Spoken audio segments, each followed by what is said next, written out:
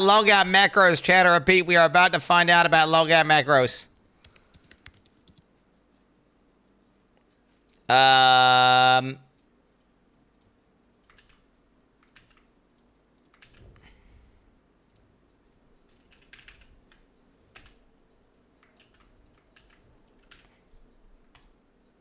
Chat, I'm mad. I'm pissed. This man goes to a doctor, says he's depressed, says... Well, he's mad. Wait, what the hell is this? He's mad. Do you know,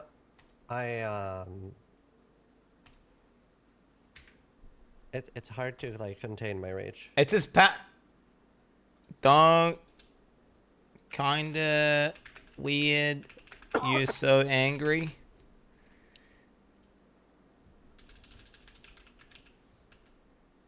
Where's that rage emote? Oh, there we go. Are you mad? Just get glad. Bro. Hey, remove that. Okay. Alright, here we go, boys. He's dying. What the hell is this? Is dying. Dude, turn it your mic, says. Turn it your mic, what the fuck? Alright, get your podcast ready. It's about to happen right now, boys. I'm getting coffee before it starts, boys. Yeah. I should fix my camera. Yeah. This is Jonathan. We're finding out about logout macros, chat. I repeat, he's going to ask the logout macro question. It's a multifaceted question. What happens when you log out versus a boss, right? What's the protocol? And then also, what happens when you log out in a map at low HP? What happens? These are the two questions that are, this is going to ask that I've begged him to ask. So I'm very excited. Well, not logout macro. What happens when you log out at low HP inside of a map? Right? Like what? That's the question. Hey. Hopefully this doesn't get too mad here.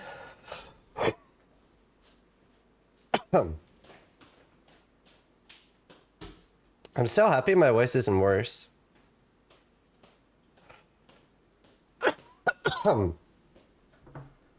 Also, thank you guys so much for all the subs and donations and stuff during this. Really appreciate it.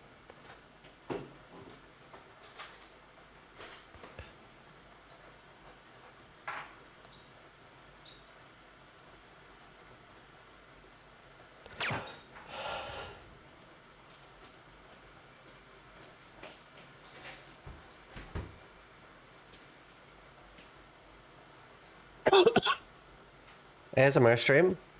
Yeah. Man, do you think there's sickness ASMR streams? Dying ASMR. Let's go. 100%?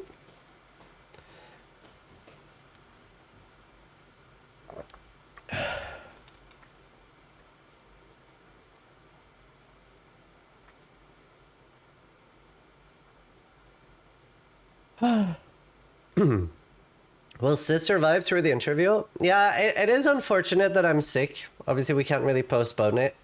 Hopefully this is okay. I'm so sorry. I didn't plan to be sick. I even, tried not to stream or talk to make sure my voice would work. You sound good? Yeah, I hate coughing. I get so, annoyed. Just don't cough on him. True. I'm trying to cough a lot now to clear a little bit. Imagine getting sick. What a bitch move. Beta as fuck. All right, they're calling. Oh shit! Oh shit!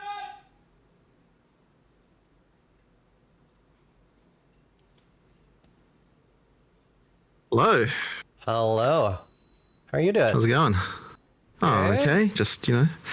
Just got back from Korea. Oh, wow. Log in! Let's see. Let me just do a quick audio check. How does he sound compared to me, chat? Loud. Okay, I'll Testing 1, 2, 3. A bit loud, okay. Okay, I put it down to 75%. How's that? Testing 1, 2, 3. I'm Jonathan Rogers. Hello? Is that all right? Hopefully we're okay. Too low. Okay. Let's try. Classic, bro. Classic. Okay, I'm gonna try. Don't pander to these fucking bozos. 1 sec. It's Okay, try fucking that. fine. 85. All right. Hopefully that's a lot better. Sounding okay? Testing 1, 2, 3. Okay, perfect. Excellent. Alright. Then I just need to quickly set up our cameras and we are good to go. Oh. How are you doing? Well, as I said, just okay, but just you know, got back from Korea, still a little bit tired. My flight got cancelled, which is always a God pain. damn. Yeah. So I'm a day late, and maybe a little bit tireder than I would have otherwise been on this call, but that's all right. Yeah, I bet. Damn. Well, thank you so much for taking time to speak with us and answer questions. No problem. No problem. You've been doing like a lot of these now. Yeah. Well, you know, right at the end, it's like suddenly my job is doing marketing, basically. Yeah. So, but oh well, that's how it is. It's crazy how many you've done now. Let's see, almost ready. Let's see. Here we go. Oh, there it is. Oh, I'll There? move. I'll go. Oh, dude, look at my real estate I got, boys. Look at my real estate I got. Potentially good to go. That look okay for everybody? Wait a second. I'm gonna have to manage this. All right. Hey, Jonathan, how you doing? I think we're good. So I do want to apologize real quick. I'm a little bit sick, so I might be coughing a little bit, and That's okay. Yeah. Are we coughing as well? yeah, I'll try not to because cough on you. Dude, coughing stream. Yeah. But yeah, awesome. Thank you so much for joining. Welcome everybody. I am joined here today by Jonathan Rogers, director on Path of Exile 2. Thank you so much for being here. No problem. I mean, you know, it's always good to talk to you. We've done a number of these interviews, and I'm always happy to just talk to whoever's got good questions for me, honestly. Yeah, I've tried to do just that. So I've sent Todd. Jonathan some of the questions ahead of time just so he could prepare. We could have a little bit less dev check. And yeah, I've tried really hard to not have any repeat questions except for a few that I really want to push back a little bit on and talk a little bit about. Ooh, he's gonna fight him. Oh, this is mad, It was- bro. honestly, it's been so many things that's been What the changing. hell? So while like making questions with chat, it's been a little bit like, have they answered this? So like it's Things have changed. But, very excited for this Over time.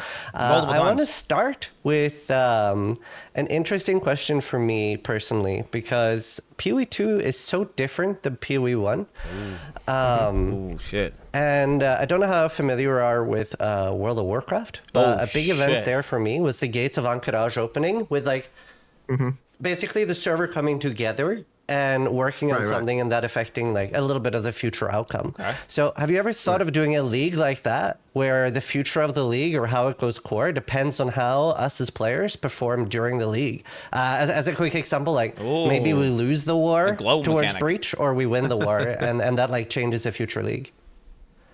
It's something interesting. I feel like we did something like this before, but I'm trying to remember which thing it was. Wasn't it like Tempest, actually?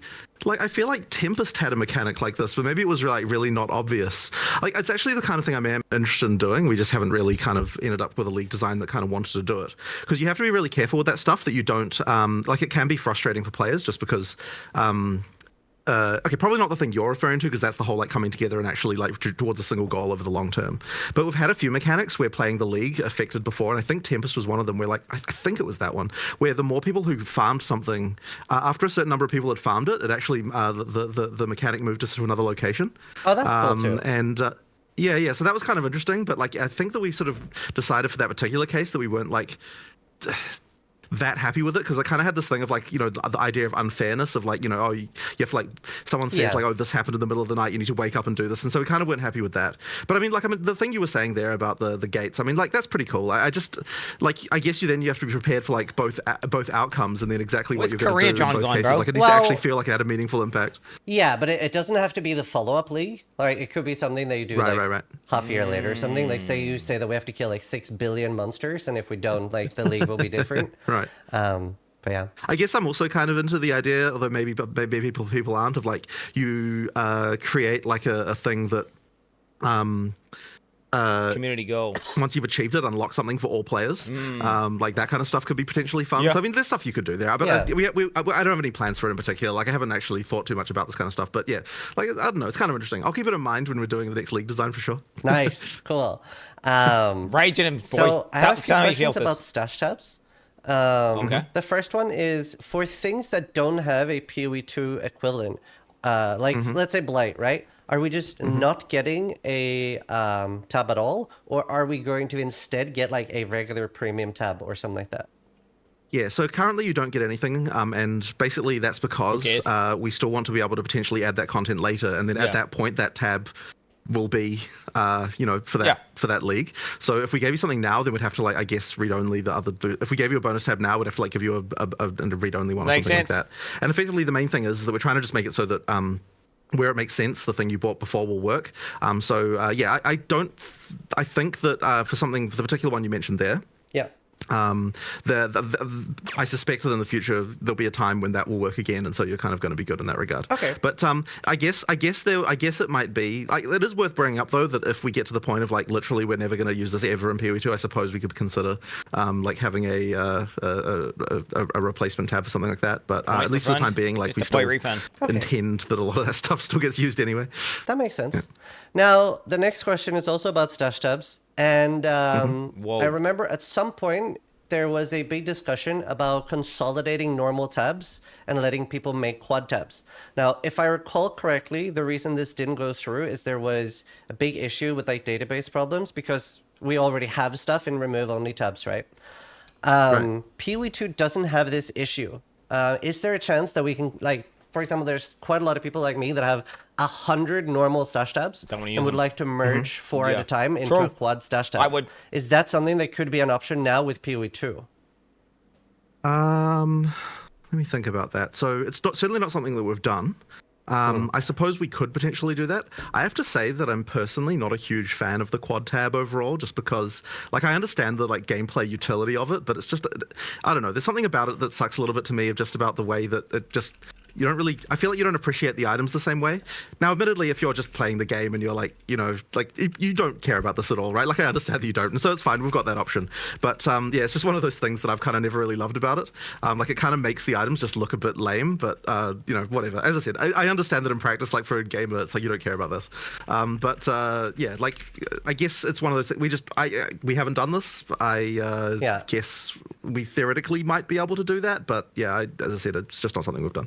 Yeah, I'm a very big fan of the quad tabs, and I actually, it's funny you brought up Tempest. That's actually where I ended up buying 100 normal tabs, because the radiating Tempest and the 20 Exiles, I was like, and I was new at the time, and when you're new to the game, you don't want to get rid of everything, so.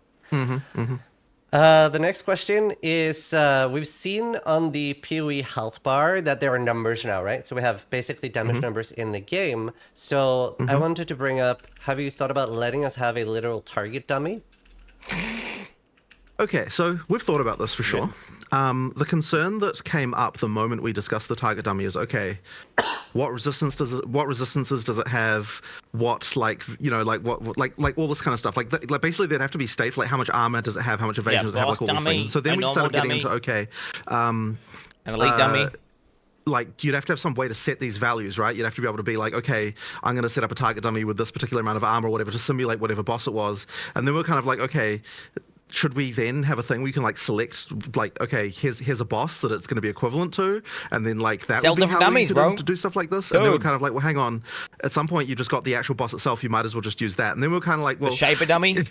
Like maybe the target dummy kind of then is like dummy? kind of like it starts to lose its utility then, So the whole chain of reasoning kind of came from all of that stuff. Like I do understand like where you're coming from though if you're saying that's not good enough. But, I think you're overcomplicating it a little. Yeah. Right. So you reckon target dummy with no stats, so then you're good? Literally a target dummy with no stats. If you really if you don't want to overcomplicate it, you could even have 2, right? One that's the equivalent of like, let's say Shaper, right? Or literally just like one boss and one normal monster. But even if all you give us is a target dummy with no resistances and no nothing, that is like already a lot better. And sell it for $5. Right. I mean, I'm definitely like I'm actually kind of like probably fine with this, but like as I said, the main concern was that. So it's funny because like anytime you're discussing a feature like this, there's always all the questions of like, okay, so then what are people going to immediately ask for the moment we add this? And so that's how we end up down the path of like, oh, it's like going to require this or this or this or this, and then all these things. And then that suddenly the feature is killed because of like the feeling of overcomplexity. So I guess that's just sort of explain like how that sort of stuff occurs. $480 pack. Yeah. I mean, look, if you're saying it's fine with no. Like with no stats at all, like maybe it's something we could consider doing. Like I'm not really opposed to it, to be honest.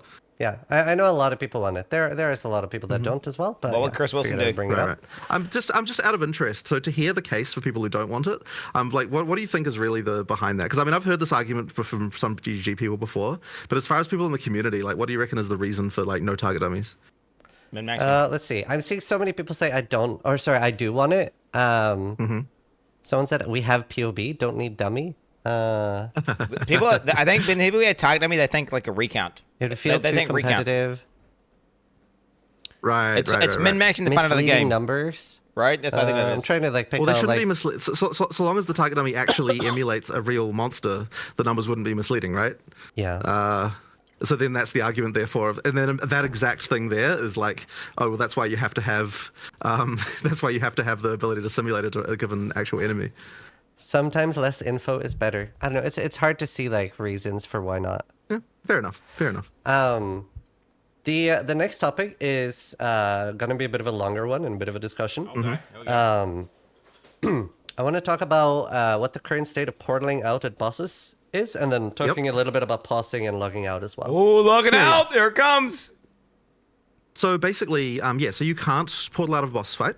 This was something that we tried for a while to make it so that you could portal out of boss fights, but with timers and stuff like that. But eventually, we're just kind of like, you know what? Why are we even trying to do this? Let's just completely ban it, and then that way we don't have to worry about like all the potential kind of like rules and weird stuff about like, oh, you stand at this location, the boss can't hit you, like random stuff like that. Like it just effectively removed a lot of potential exploits.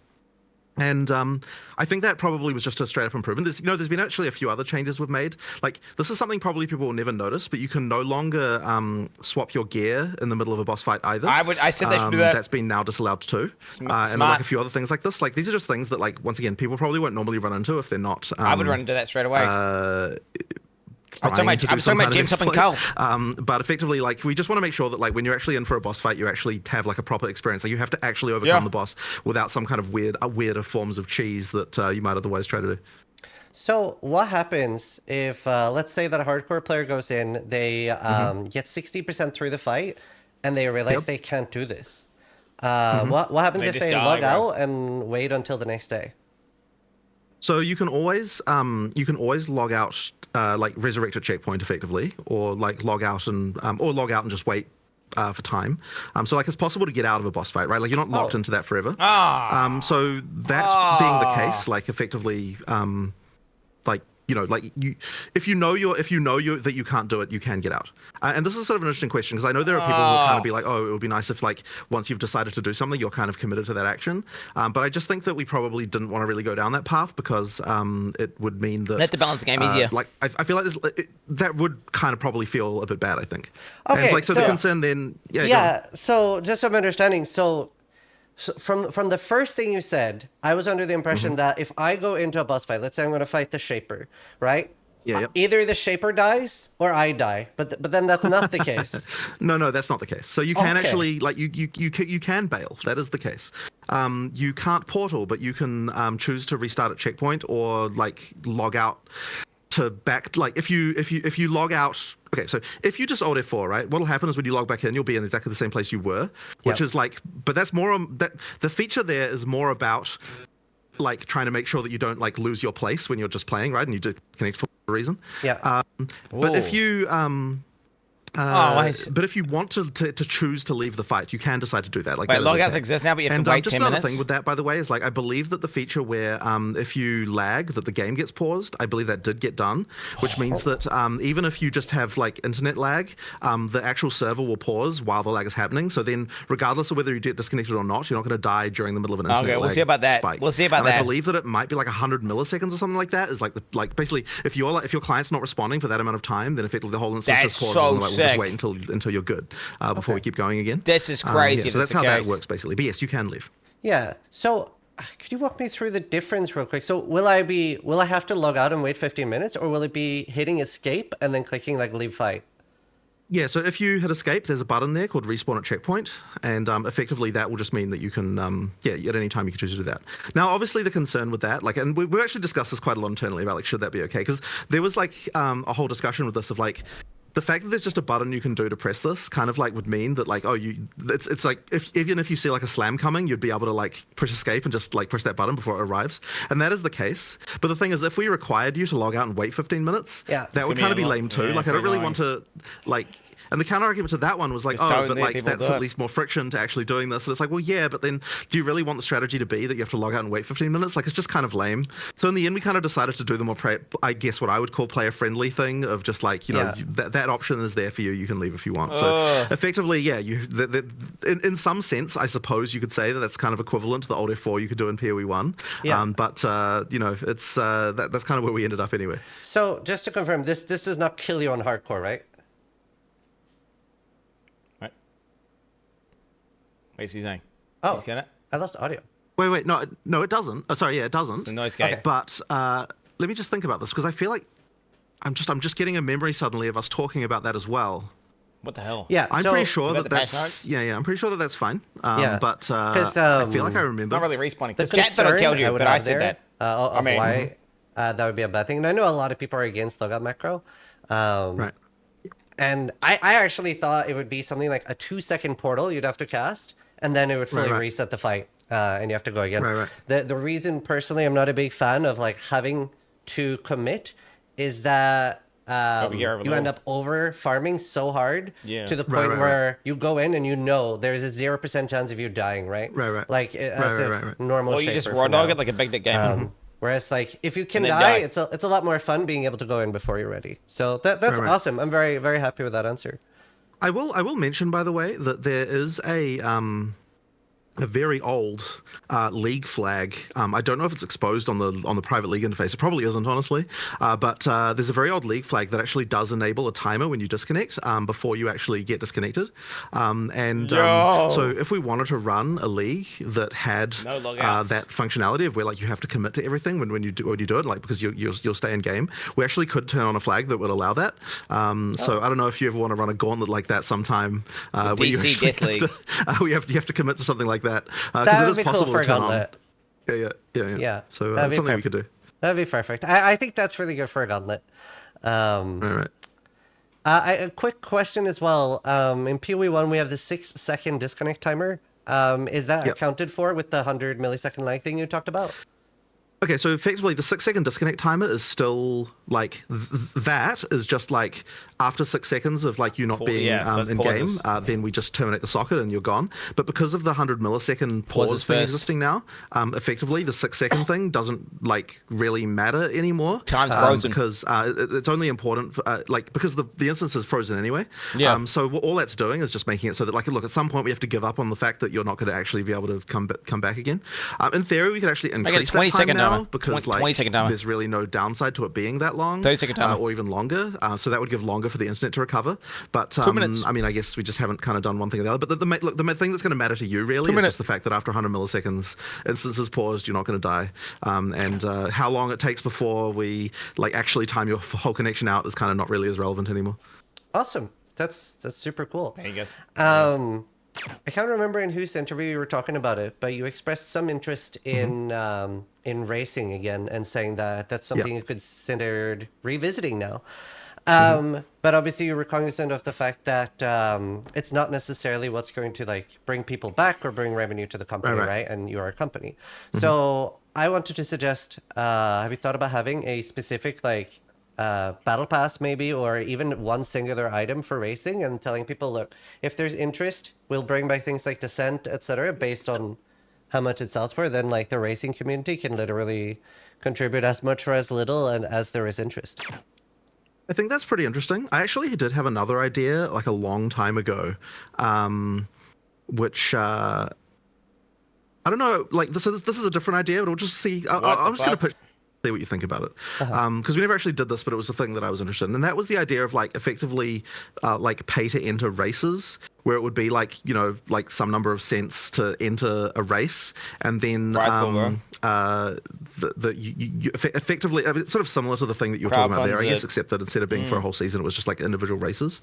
And that was kind of an interesting idea that I was thinking that maybe people would be interested in, but I wasn't quite sure whether the community would like that or not. Like it kind of wasn't clear to me, and so we're thinking like, oh, like 5 points to enter a race, and then because of the fact that the rewards.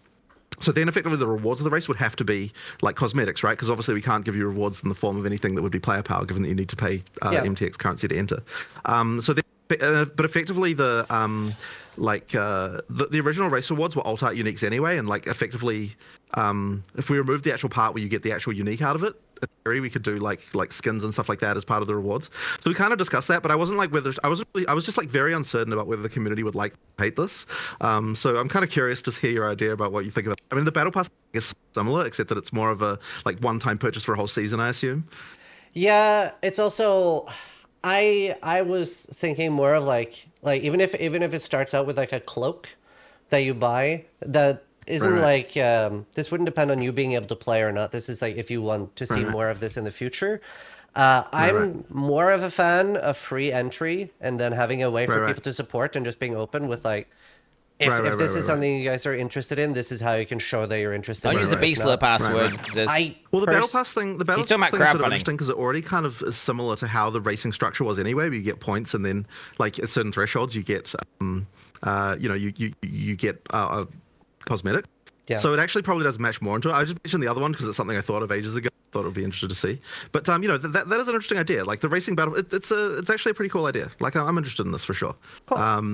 The main issue really with that is just that the amount of bandwidth we have for making microtransactions, which is what we need to make for this, is honestly surprisingly low. Like it's so ridiculous in some ways that like for a company that makes money from cosmetics that we don't have more people just working on that stuff. Yeah.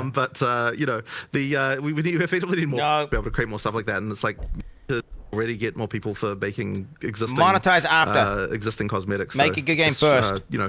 If we had infinite resources to make that stuff, I would absolutely do something like that. I think that's pretty interesting. So it's just a question of where we get the time. Straight up. Fair. Awesome. It's just I'm such a big fan of racing, and I know a lot of people are so wanted to bring that up. It is cool. I have a question from a community member in full caps lock. Sweet. How do character names work? Is it the same as PoE1 or is it #1254 where multiple people can be the same name? So obviously like our accounts are hashtag now. Are our names still unique? So we decided to just keep the names the same way they worked before in PoE1, for now at least. And the reason why is because so with account names, you never really have to refer to account names very much while actually typing. Yeah. So they wouldn't have had to worry about all the concerns that come around having to like know people's discriminators and having to like worry about all that sort of thing. Yeah. With character names, there's a few other details. So one of them is that they expire. So you don't have the problem where the space just exists. I assume you knew that about character name expiration. Because I thought that was just done in waves. It's not done in waves. So effectively, 1 year after the character name after the character has not been logged into, it goes into a pool of names that someone else could create if they want to, and if they then do that, then the name gets expired for you. So effectively, over time, names will free up again. That's why they keep take my names. It's actually just as I said, it's just as soon as you haven't logged into a character for a year, that's when a character or the account. The character. Wow. Okay. So I believe that's how it. At least I think so. It's been a little while since I thought about this, but I'm pretty sure that's the way. It's gonna take your accounts is when you log out. And so because of that, like characters don't have quite exactly the same problem as account names do. And as I said, the character names will be more annoying because that's kind of how that's kind of how you refer to people within the league. So we kind of decided to do that. That being said, if it became like a real problem, I'm open to the idea of doing the whole discriminator on character name thing.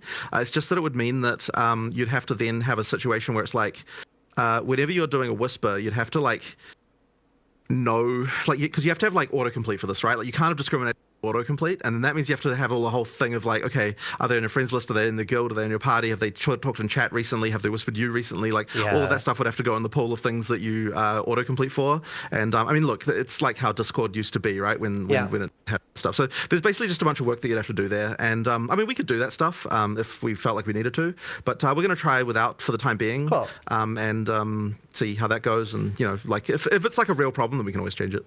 There are some audio issues, by the way. I don't know if the mic's too far away or something, but she's just got a heavy noise gate on. I'll try that. Hopefully that.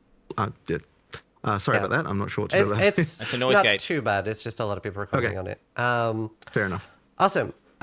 So another question with that are, like, for example, I have the name Zizarin right now in PoE 1.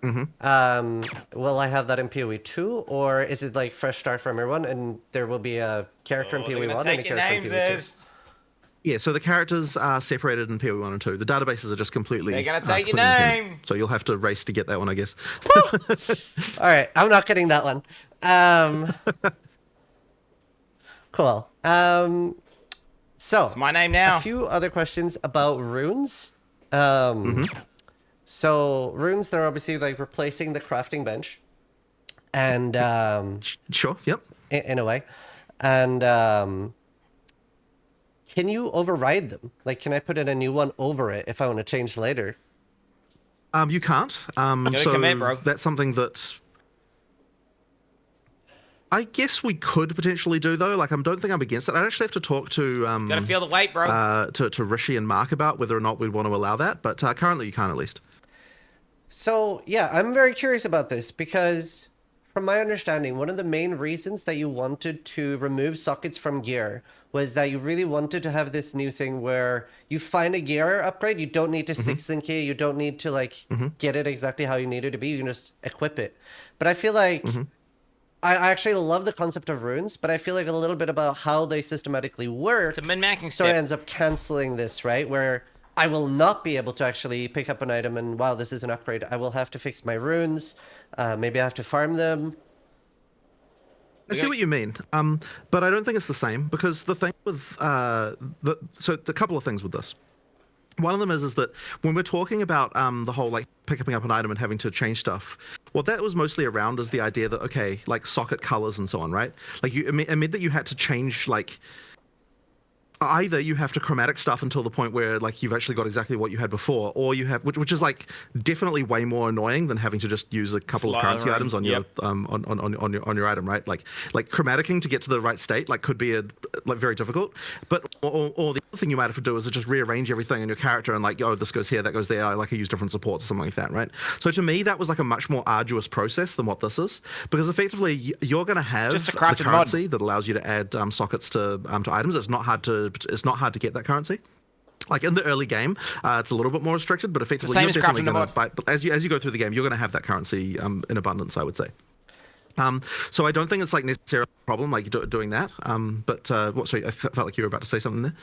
Yeah, so especially with resistances and stuff, I'm still a little bit worried about this because you don't have the ability to change that later.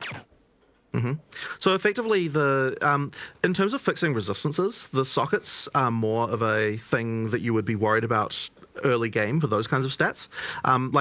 When I say early game, I kind of mean like during the campaign, right? Because during the campaign, you're like, okay, I'm low, I've got low on this resistance. I want to get another one of those.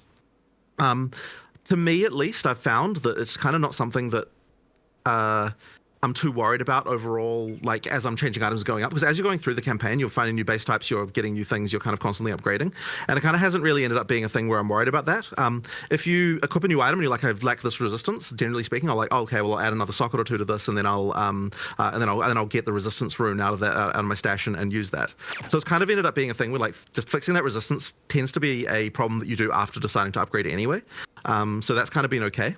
And it's worth mentioning that with the runes, because they're kind of like, so at early game, they're more powerful than they are at late game because the values, there's only one value of each for each type. Yeah. So that means is that like early game, the resistances you're getting from one of these resistance runes is like extremely huge relative to the other resistance sources you would get. But as you get later into the game, the runes are less effective at solving that problem because the numbers are not stacking up compared to the mods you could get. And so as you get towards the later game, the things that you're going to be wanting to be socketing are more of the soul cores, which have the like different mods that aren't kind of designed to fix those early game problems. And also your character has more mods overall and is generally kind of like more in a good place. So it really is like, in terms of like fixing problems you have, it's more of a like, first sort of 30, 40 levels kind of type deal rather than after that, if you know what I mean. So I think for that purpose, they work really, really well. as for changing them, I suppose we could allow it. I don't actually see a reason why we Feel the couldn't weight, bro. do Feel that. the weight. Although, as I said, I haven't talked to Mark and Rishi about it. Feel the weight. But I guess the feeling here is that because you got to choose it, it's not quite the same as feeling like you need to be able to remove a mod that you would have You don't want it dynamic. from one of the random sources where we have like some random ways to get rid of it. So that was kind of the reason why we're thinking that it can go the way that it has. But as I said, I don't think there's necessarily a downside to allowing you to replace it. So maybe that is fine. I just haven't thought all through all the repercussions of that yet. Yeah, I mean, for example, like I normally play SSF. Well, I actually have been playing a little bit more trade lately, and especially for trade, right? You could see like a perfect item you want to buy of somebody, but they've like got these like garbage runes in it. That's so I could see fault. that being That's an their issue fault as well. for putting bad runes. It's definitely like I'm trying to go into PoE too with the approach. Like, I haven't played it enough. a step I'll of see how crafting. it is. But that is definitely something I'm very worried about, and hopefully something you'd be open to feedback with when we actually try it.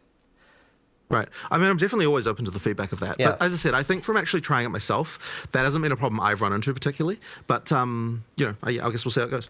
Yeah, that's fair. How rare are like the how rare are the rarest runes basically? So the runes themselves are not particularly rare. You get them fairly often. Like, I mean, you'll get, in Act 1, you'll find 4 or 5 of them probably, and then it only increases from there as you get more monster density and so on. So like you're finding them, and generally speaking, like if you're in Act 2, like maybe there'll be a rune that you want that you don't have, but then by the time you're in Act 3, I would say you probably have the runes that you need. Like they're generally available. It's really the soul cores that are the ones that are like the it's actually a struggle to find the ones you need of these, like because that's where the kind of the higher level gameplay is. Right. And would you say there are soul cores that are at the rarity of like Eternal Orb, Divine Orb, like that type of stuff? I don't know the actual numbers, but I would definitely think so. Like, there's definitely there are definitely hard to some find ones for sure. potent ones. Okay. Yeah. Cool. Rune farming. Yeah. Awesome. Soul core farming, baby. Next up, how does like stacking ailment works for like stacking multiple of the same? Right. So effectively, so in general, ailments don't stack, right? In order to get the ability to stack them, there has to be some kind of mechanic you're getting. Yep. Usually, that mechanic will have some kind of like that mechanic may have some kind of explanation for like any specific details you have to be aware of. But I guess the main thing to understand is that if you're doing something like stacking poison, the way that works is that all of the poisons that you do will always be on the monster. Yeah. And they're all running. But whatever, if you've got the ability to stack 2 poisons, then whatever the 2 largest poisons that you currently have that are on there, those will be the active ones. And then when one of those falls off, then the next largest will take its place effectively. So that kind of means that like that's kind of, I believe, sort of generally how like buffs work in PoE, where you've got like if you can have multiple buffs on a thing, but only one of them is active at a time. So in the case where you're allowed to have more than one, it's just effectively whatever the highest N buffs are that are on the character, that's the ones that you get effectively. Cool. That's good. Yeah. Log So, in. I don't know if there's anything else you want to know about that, but No, not that I can think of. I think that answers that. That's really good. sure, fair enough. That's how it's always worked. Another question from the community: does mana and elemental leech exist? So mana leech is a thing, but only for attacks. Yeah. And elemental leech, I believe, is a thing. There are probably, I believe there are probably like various mechanics around that will give you elemental leech. It's definitely going to be a lot harder. But what we're trying to avoid is mana leech for spells. Because that can kind of like defeat a lot of mechanics and so on. So effectively, that's the main thing. Oh, you spell Everything mana else second is fair cucks. game, but we just have to, like it just depends on where it comes from.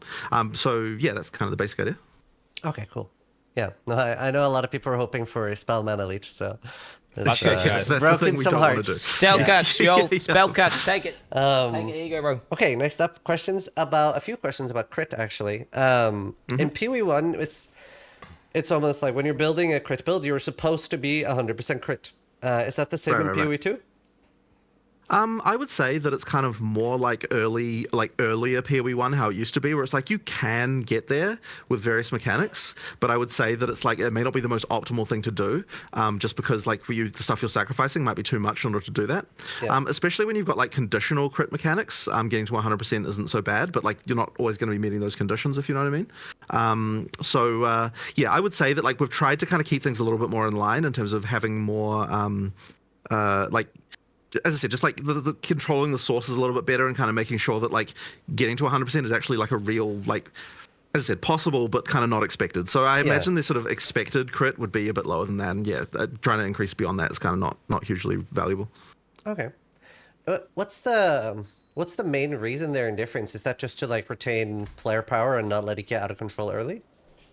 I wouldn't say that exactly. I think it's more just that like ideally every mechanic, so like I'm just a general, I am generally in favor of the idea that like there's the decision to not increase something more is not because you run out of sources of it, but because like there's a reason that you don't want to do that because the trade-offs are too much. And so effectively by keeping the values that you're kind of like can easily get to a sort of certain midpoint, you just avoid this, like you just sort of make it so you get that trade-off, like you have to make that trade-off towards the end of the range. So it's effectively like that. I think that's kind of really the main reason. Like, it's been a little while since I talked about this with anyone, but yeah, like that's kind of really what it came down to. We just kind of wanted to make 100% crit more of a like, this is a very unusual situation rather than this is a common situation. Okay. And do you think part of that is as well that, at least in PoE 1, crit feels like the end game? Like, you should go crit at some point, and you kind of want to avoid that as well? Is that part of it at all, or...? Well, we're certainly trying to make it so that crit is not the only build. There was actually a thing that we changed. So, so here's a random thing for you. Oh, ripped open. We actually had the change for a little while where so crit modifiers, and I need to get this correct. Like there are various crit suffixes in PoE 1, and so there was this feeling that in PoE 1 that if you're a crit build, you've got like you can make your build more powerful than what non-crit builds can because the suffixes that are available to you as a crit build are like more powerful than what the suffixes are available to you as a not crit build. Yeah. And so because of that, we actually decided initially to move crit stuff all to be prefixes as well, to effectively compete with the other prefixes that you could get that all increase damage, right? Yeah. And so we did this for a while, and we actually found that like it actually made weapon rolling way less fun. Like in theory, what it was doing was making it so that, okay, you could get a crit weapon or you could get like a not crit weapon, and like they were kind of competing with each other. And like we did all the math and we're like, hey, look, now we've made it so that crit builds and non-crit builds are more in line with each other and they have the same level of power and items and so on. And we kind of thought that we'd done a good thing there. And then at some point we just realized, like, why is it the weapons just don't feel as fun to find in PoE 2 as they do in PoE 1? And then we realized that like this is actually part of the problem. So we actually reversed that decision and moved the crit stuff back to be suffixes again. And we've kind of tried to make sure that the suffix pool is actually reasonable in other ways for the other builds, like making sure that the suffixes are actually like make sense and there's powerful versions of like ideally it's like there should be a level that each suffix can get to that is exciting, right? And so like the question we have to ask ourselves is like, what is an amount of strength that if you got that on a as a suffix that you'd be excited about that? Yeah. And so effectively like we're trying to make sure that there's actually like at the high end there are suffixes that are actually really D4 good. Tributes, bro. And so hopefully we've restored some of the like possible power that you sort of can get from weapons, and I think that's sort of like as I said, I think it's in a better place.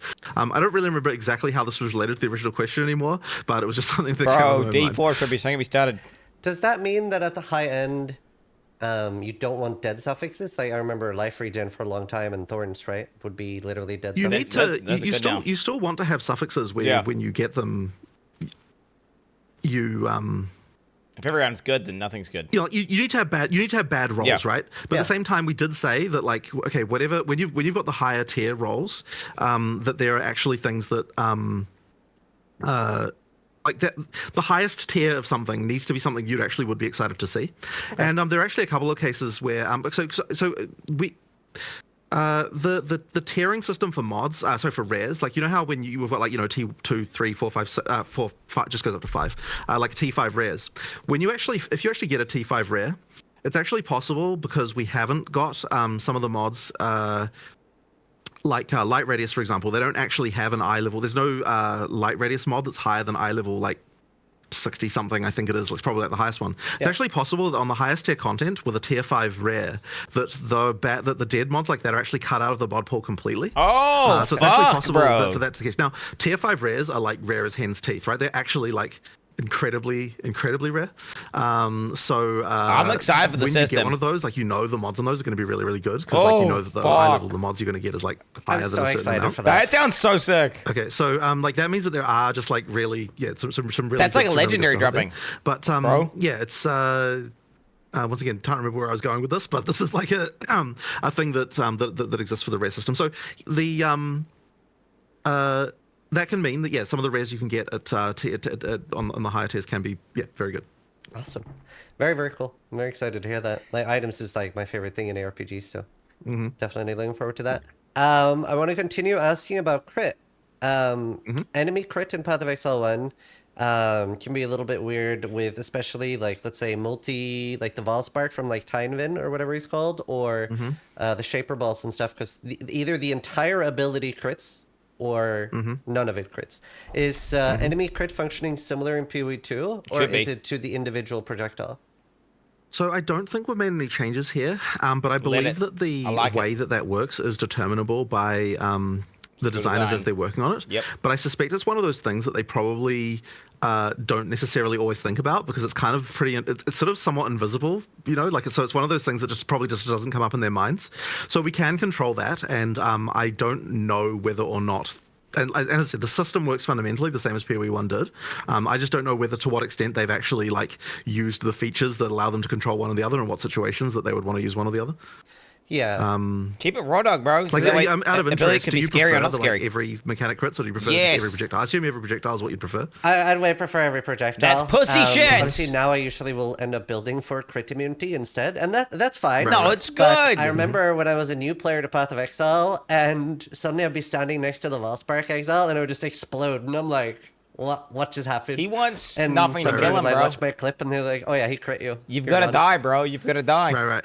I have a feeling that I mean, I suppose the question would be whether we should make per projectile the default option.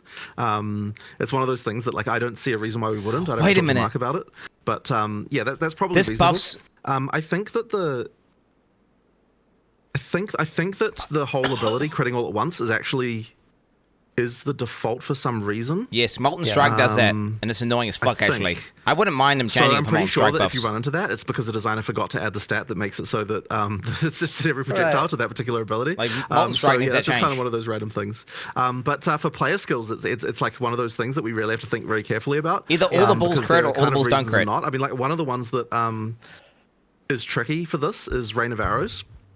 It's like, should every projectile crit or should every projectile not crit? Now, because right now every projectile has its own crit roll, it means that if you use like Sniper's Mark on a monster and then you do Rain of Arrows on that monster, then you're almost guaranteed to crit it at some point just because it hits so many times. Yeah. And that means that effectively the Sniper's Mark is like using it with Rain of Arrows is just like a complete win because you're just incredibly likely to actually trigger that. Same thing with And Elemental so then it's Overload. kind of like, well, should we make it instead so that ability is like crit, the whole ability crits or doesn't crit? But then the problem with that is that it just feels super weird. Like, there's something odd about the feeling of like I do a critical Rain of Arrows, and then you start to think like, should it look different so you can see that the whole Rain of Arrows is critting? Or I don't know. Right. Like, It kind makes of more just has sense some weird for each implications, so we projectile, kind of honestly, decided actually. not to do it in the end. But Yeah. there is a reason why we have both the abilities to do in different situations. Yeah, I get that. I mean, I'm definitely a lot less concerned about the intricate workings of how player crit works because like just the the monster monsters stuff. aren't gonna complain. Yeah. No, it's a For it's a players, tricky it should one. be each projectile. For the Definitely monster, would be a everything. fun I my would mind. be interested. I should talk to Mark about whether or not we should just have a policy in general. Just everything a monster does is always individual roles. Like, Yeah. there might be a reason. There might be a reason he's against that, but I'd be interested. Because he to wants find to make Curious how you feel shotgun about, scary, bro. Bosses especially critting at all. Bro. Personally, I'm a big fan of like everything being static. It's like, an and, like, RPG, not having bro! mobs and not being necessarily variable because like there's some abilities that like Nah. you're Get crit immune. basically effectively mathing out what you can tank. Remove and the then design suddenly space you're is what he's with a big saying. Crit and you're like, oh, never mind. Nah. So yeah, I'm just curious how you Bad how you static. feel about that. Bad Like, static. It makes boss fights Mods way and less crits spicy, on far more bosses. Yeah, boring. I'm just thinking about. Well, okay, so mods. good. I think it's nice to have mods personally. I think because I like to have situations Oh, wait, where no. you've got the ability to No. like it gives us an access to because what having mods does like on maps and so on Yeah, is on the ability to maps. make it so that a boss fight can feel different from a different time you fought it, just based on what the mods were. So I think that stuff's important. That being said, we did like the idea of having the static bosses for inbound bosses. for the Yes. top pinnacle Yes. content, just because that is a measuring stick that players can use against each other. So Yes. having that be like a static thing is Fucking is kind of preach, nice. Jonathan! So that's why I like the Fucking mods. preach! As for the crits, I can see your point for sure. Like that is an No, let interesting them point. crit. Like, should we crit at all? Let them crit. For bosses. It's not an e-sport. It's not ARPG, bro. It's not an e-sport. Yeah, Let it's them just- crit. I guess I just don't really have like I honestly don't really have an argument for why they should, to be honest. I guess the main thing would be to just make sure that Replayability. variants, but then the answer would be, well, why do the players probably don't want the variants? More design space, bro. So they you can know, people yeah, I can don't do, know. I can find get that to be premium. interesting. It's not something that I've really thought about too much, I have to admit. More character min-maxing. And yeah, like I see your point about not wanting to have the crits for sure. So 'Cause it's easier Yeah, it's with no that's crits. probably something that I'll have a chat to Mark He about. wants it easier. Yeah, I was just very, very curious about the answer there, because obviously, like, we can just get crit immunity, but the feeling for me there is it almost makes it mandatory. No, it's not. Right. No, it's not. And Bane doesn't I get feel like in crit. general, whenever something feels mandatory, like remember the cast and damage taken, Immortal Cold Days and stuff like that, like it usually gets like changed or Ban these removed. buzzers. Right. So I suspect that the answer against this would involve basically like it's another like it's an axis of character development that we're Yes, removing. Like exactly. that's probably the argument that would be made against it. Exactly. So then the question is, yeah, like, but I agree with you that if something's mandatory, then it's kind of like It's not mandatory. Maybe why should it Has necessarily exist? Mathel ever got crit immune? No. So yeah, I mean, point taken, right? Like this is Yeah. this is an interesting one to me, and No. I'll talk to the guys about it. Ziggy wrote something really cool that I like. Let me see if I can. Where'd it go? Enemy crits should be conditional buffs you can see to and react to. I think that would be really cool. Like, let's Oh, say it that goes red. let's use Shaper Slam as an example, It right? goes red. That if the Shaper Slam is about to crit, it like changes the animation visual. and becomes Yeah. maybe a bit That slower. would be cool. Right. That That would would be be cool. really Makes sense. cool. That because that does Right. change the fight, but like I love that. Yeah. That would be way Okay, cool. well, that's interesting. That's interesting. Okay. It's for me I guess for me the big thing is that like they look exactly the same. You have no idea if it's gonna crit or not. Yeah. No, Yeah, I agree. clench, bro, clench. And that's a very good argument. Like, it is a very good point. Just telegraph it. I'd But that be means interested crit's to good hear still, by if, the way. Yeah, if Mark has any particular reason against that, maybe he doesn't. Like, it is a very interesting point. Yeah. Cool. More questions about monsters. Do they still get charges? And if so, how do they work? So charges don't have any inherent bonus anymore. Yeah. So therefore, monsters don't currently get charges. I suspect it's the kind of thing where we might come up with some interesting thing to use them for in the future. But currently, there's just no reason for them to exist. So they just don't get them. I see a boss that consumes charges, just special ability. Makes sense. A lot of people are curious about support characters and how they fit into Path of Exile Mark 2 GGG, for those bro. that want to play with their friends and make OP combos Neon's one together. of the lead game designers, bro. So I would say it's sort of interesting, right? Because what we don't have is the support character in the way that PoE 1 had it, where it was like just a literal kind of AFK. Well, not, you walk around behind them, you don't really do anything. So I would say that, like, for that, like, we still have things like that. Like, you've got scepters and stuff like that that can give people bonuses. But I would say that support characters in PoE 2 are more along the lines of, like, I'm debuffing monsters actively, or I'm doing, like, I'm like setting up things that are that don't need to worry about the damage in order for someone else to take advantage of them. Like these kind of things. So, like, you can make a support character that's going to like ultra slow all the enemies. You can make a support character that Breaks the will armor. do things like place objects that other people can use, or for Gas example, like clouds. make a character that's like armor breaking lots of monsters so that other people can take advantage of that, things like that. So I'd say that, like, that's kind of the role of that kind of stuff more. But what we More don't have is active. just like, I just reserve everything, and, like, you know, I'm just like an aura, like just a bunch of auras on my character, and that's kind of all I'm doing. So that's the kind of thing that we don't really have in the same way. Cool. Awesome. I think that generally answers that. Next up, a little bit of a discussion of something that was brought up in a previous podcast. I have in my notes here, talk about respecking ascendancies. I don't know if that's something Giga you Chad. like thought about or talked No about respect, more bro. after the podcast with, I believe it was Troy.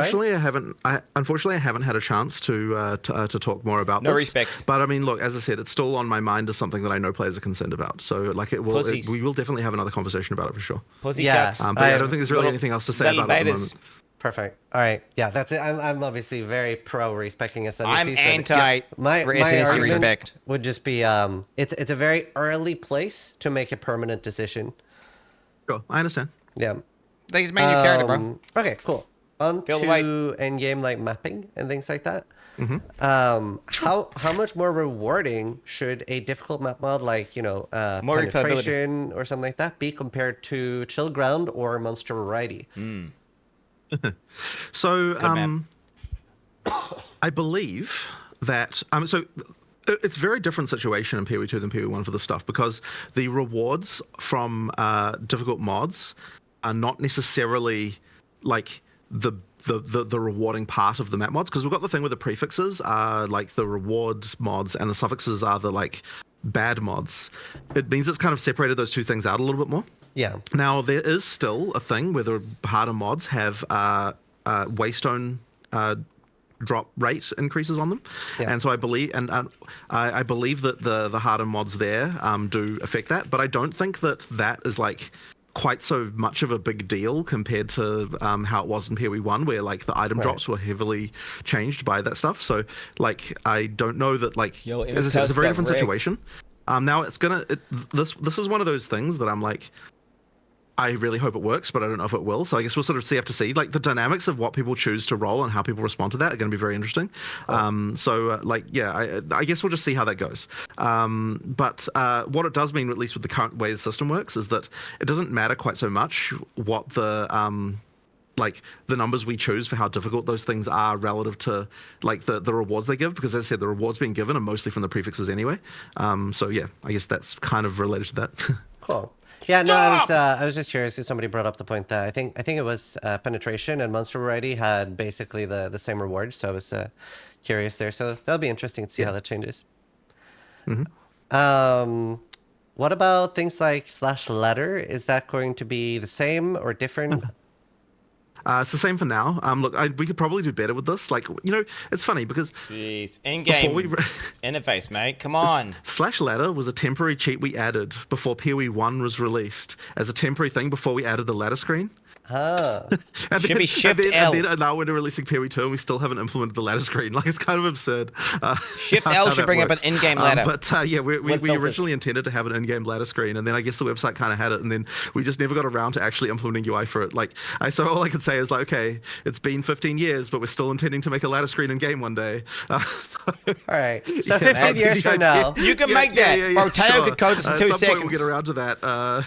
Teo could code this in 2 minutes. Okay, good to know. And like in a similar vein, what about would it be possible at all for the community to get a more detailed API for things like that, like ladder and like making our own tools? So I'm curious what more you'd want out of the ladder for the API, because effectively I believe that the API we have right now just gives you a full dump of the first, like, I don't remember how many it is it like 10,000 or something people, something like that. There's like some number of people in the ladder that it gives you, and as far as I know, it gives you everything you would need to have. So yeah, what else do you want, right? Well, like if you want something else, so you can add it. Yeah. Okay. Oh my God. Here we go, bro. So Yo, what like, the fuck? Yeah, it's a long time since I studied computer science, so I don't have a list in front of me. But things I can think of off the top of my head would be boss kills, for example, right? For the events we do, that is one of the biggest things we want. Yeah. Like what? Oh, so you want a ladder for when? First. Oh, you want like a different ladder for when people have killed a boss? Not necessarily part of the ladder, just like an API we can access for if somebody kills a boss or something. That'd be... So do you mean like, but so like, do you want like how many times they killed a given boss, or do you want like have they killed the boss at all yet? Yeah, have they killed the boss at all yet? I think that we do have support for ladders of when people killed a boss, because like, don't we have that for certain events? I thought we did. Only for the first person, kill. I believe. I have a feeling that the way that's implemented internally is there's just effectively the amount of time until you kill the given boss, like as a separate ladder effectively. And then that would mean that like you could effectively dump a ladder of that, of like who was the first person to kill a given boss. So that's something we could probably do like relatively easily. I will say we haven't like thought about this for a long time. So well, it's one of those things. I can get you like from like the guy who made PoE Racing and stuff, I can get you a list of like API things that would be huge for us. So obviously, I'm very involved in loving and wanting to do it. Bro. Sag. Right. As I said, I think we do have actually like boss time, time to kill a specific boss. But I'm pretty sure that what it is that like that had to be specifically implemented for each boss that we wanted to do it. Because I'm pretty sure that the reason why we had that was for like the original race seasons we did, where we sometimes had like different objectives, things like first to kill X boss.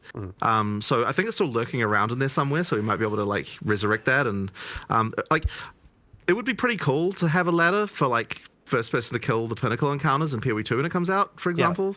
We might be a little bit too close to be able to actually implement something like that, but like it's possible that it's just like a matter of like resurrecting some piece of code that's been sitting there and turning it on. So I'll actually look into that because that's kind of interesting.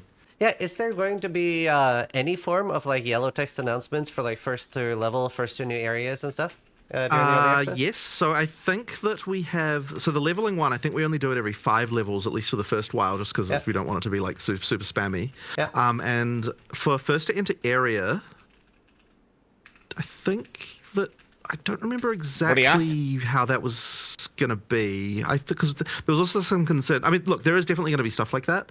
But I think that we just wanted to try and reduce the spam a little bit in some cases. Yeah.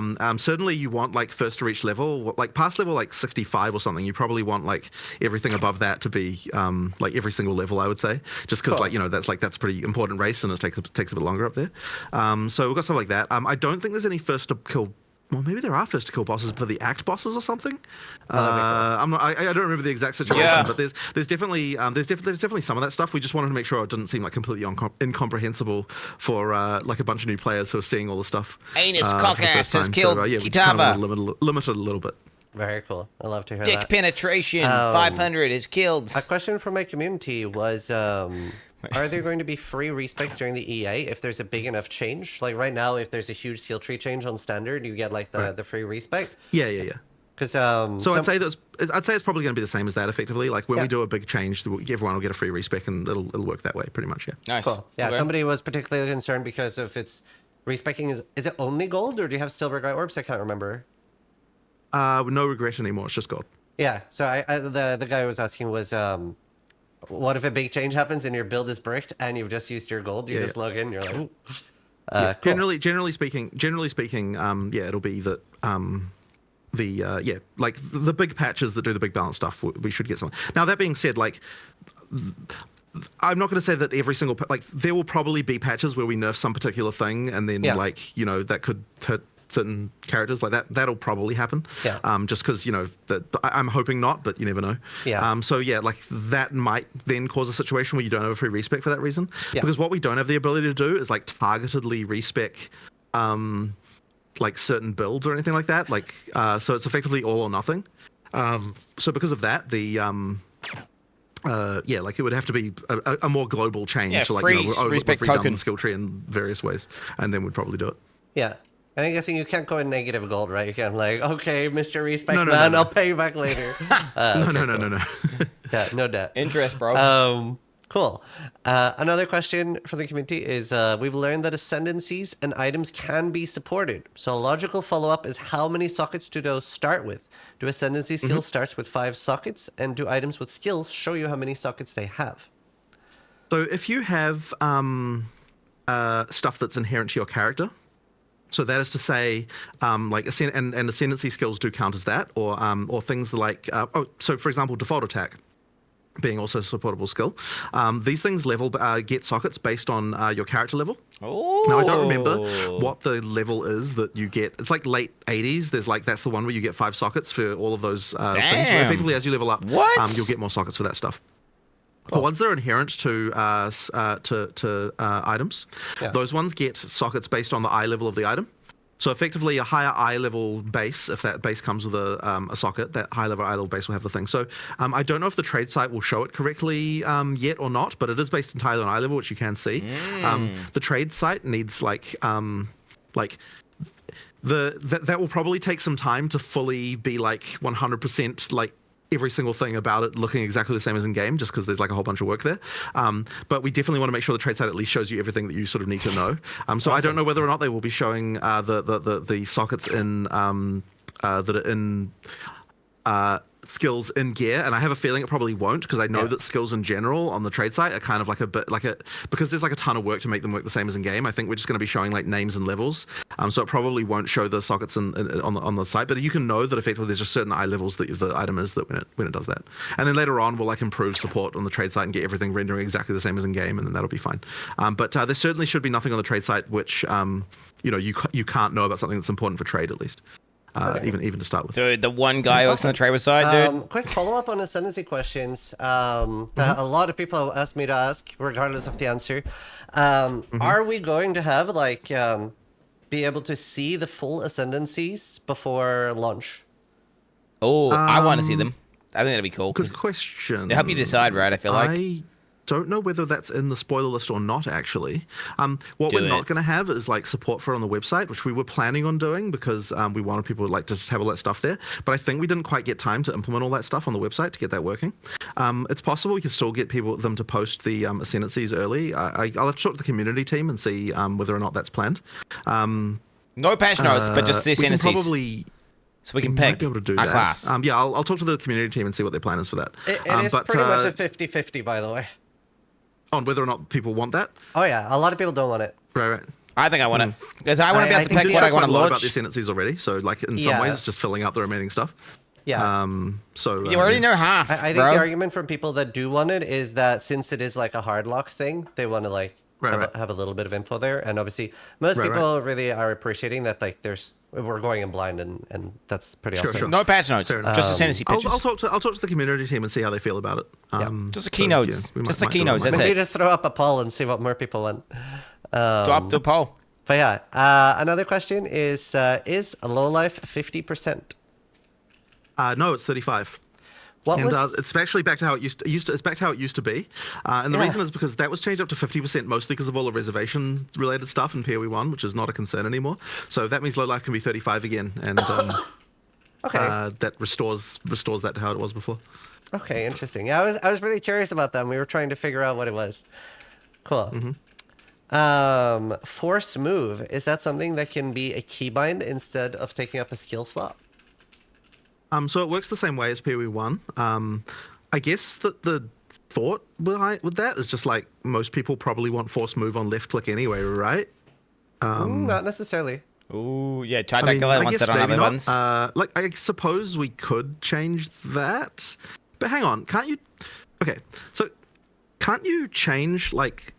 Because you know the skill binds that are like control W and stuff like that. Yeah. Like you can control you can change those to not be using control, right? Yes, you can change all your keybinds. The main issue for a lot of people right now is they would like to have in just keybind settings force move to be like whether you put it on Separate mouse thing. button 1 or not. Right now it's costing you a skill slot, and we're already a little bit for some builds a little bit short on that. I would have thought that when you include the control, like they're more inconvenient, but like the control Q, control W, that kind of stuff, those ones, like, are you really using all of those as Skills well? like 30 hidden skill 'Cause slots, I feel bro. like you could just use the like skill slot 10 or whatever the last one is, like at the end there, Additional and bar then use button, that one click, as your yes. as your force move, and then just rebind it to something that doesn't require precision control. And then if you do that, you should be able to use that. But like, I Legit. guess there's no real reason we couldn't change it to not use a skill slot potentially. But I guess I figured that it's not usually a problem at the moment. If you WoW has do that. additional A bar lot of 1, people have additional that, bar 2, for sure. additional bar 3. Okay, Just do that. Interesting. Well, I mean, Yeah. look, I'll table it with the UI guys and see if they want to do it then. Yeah. Also, pretty small sample size, but I polled the people watching on Twitch right now, and 77% are saying they do want to know. I actually thought it would be more people against.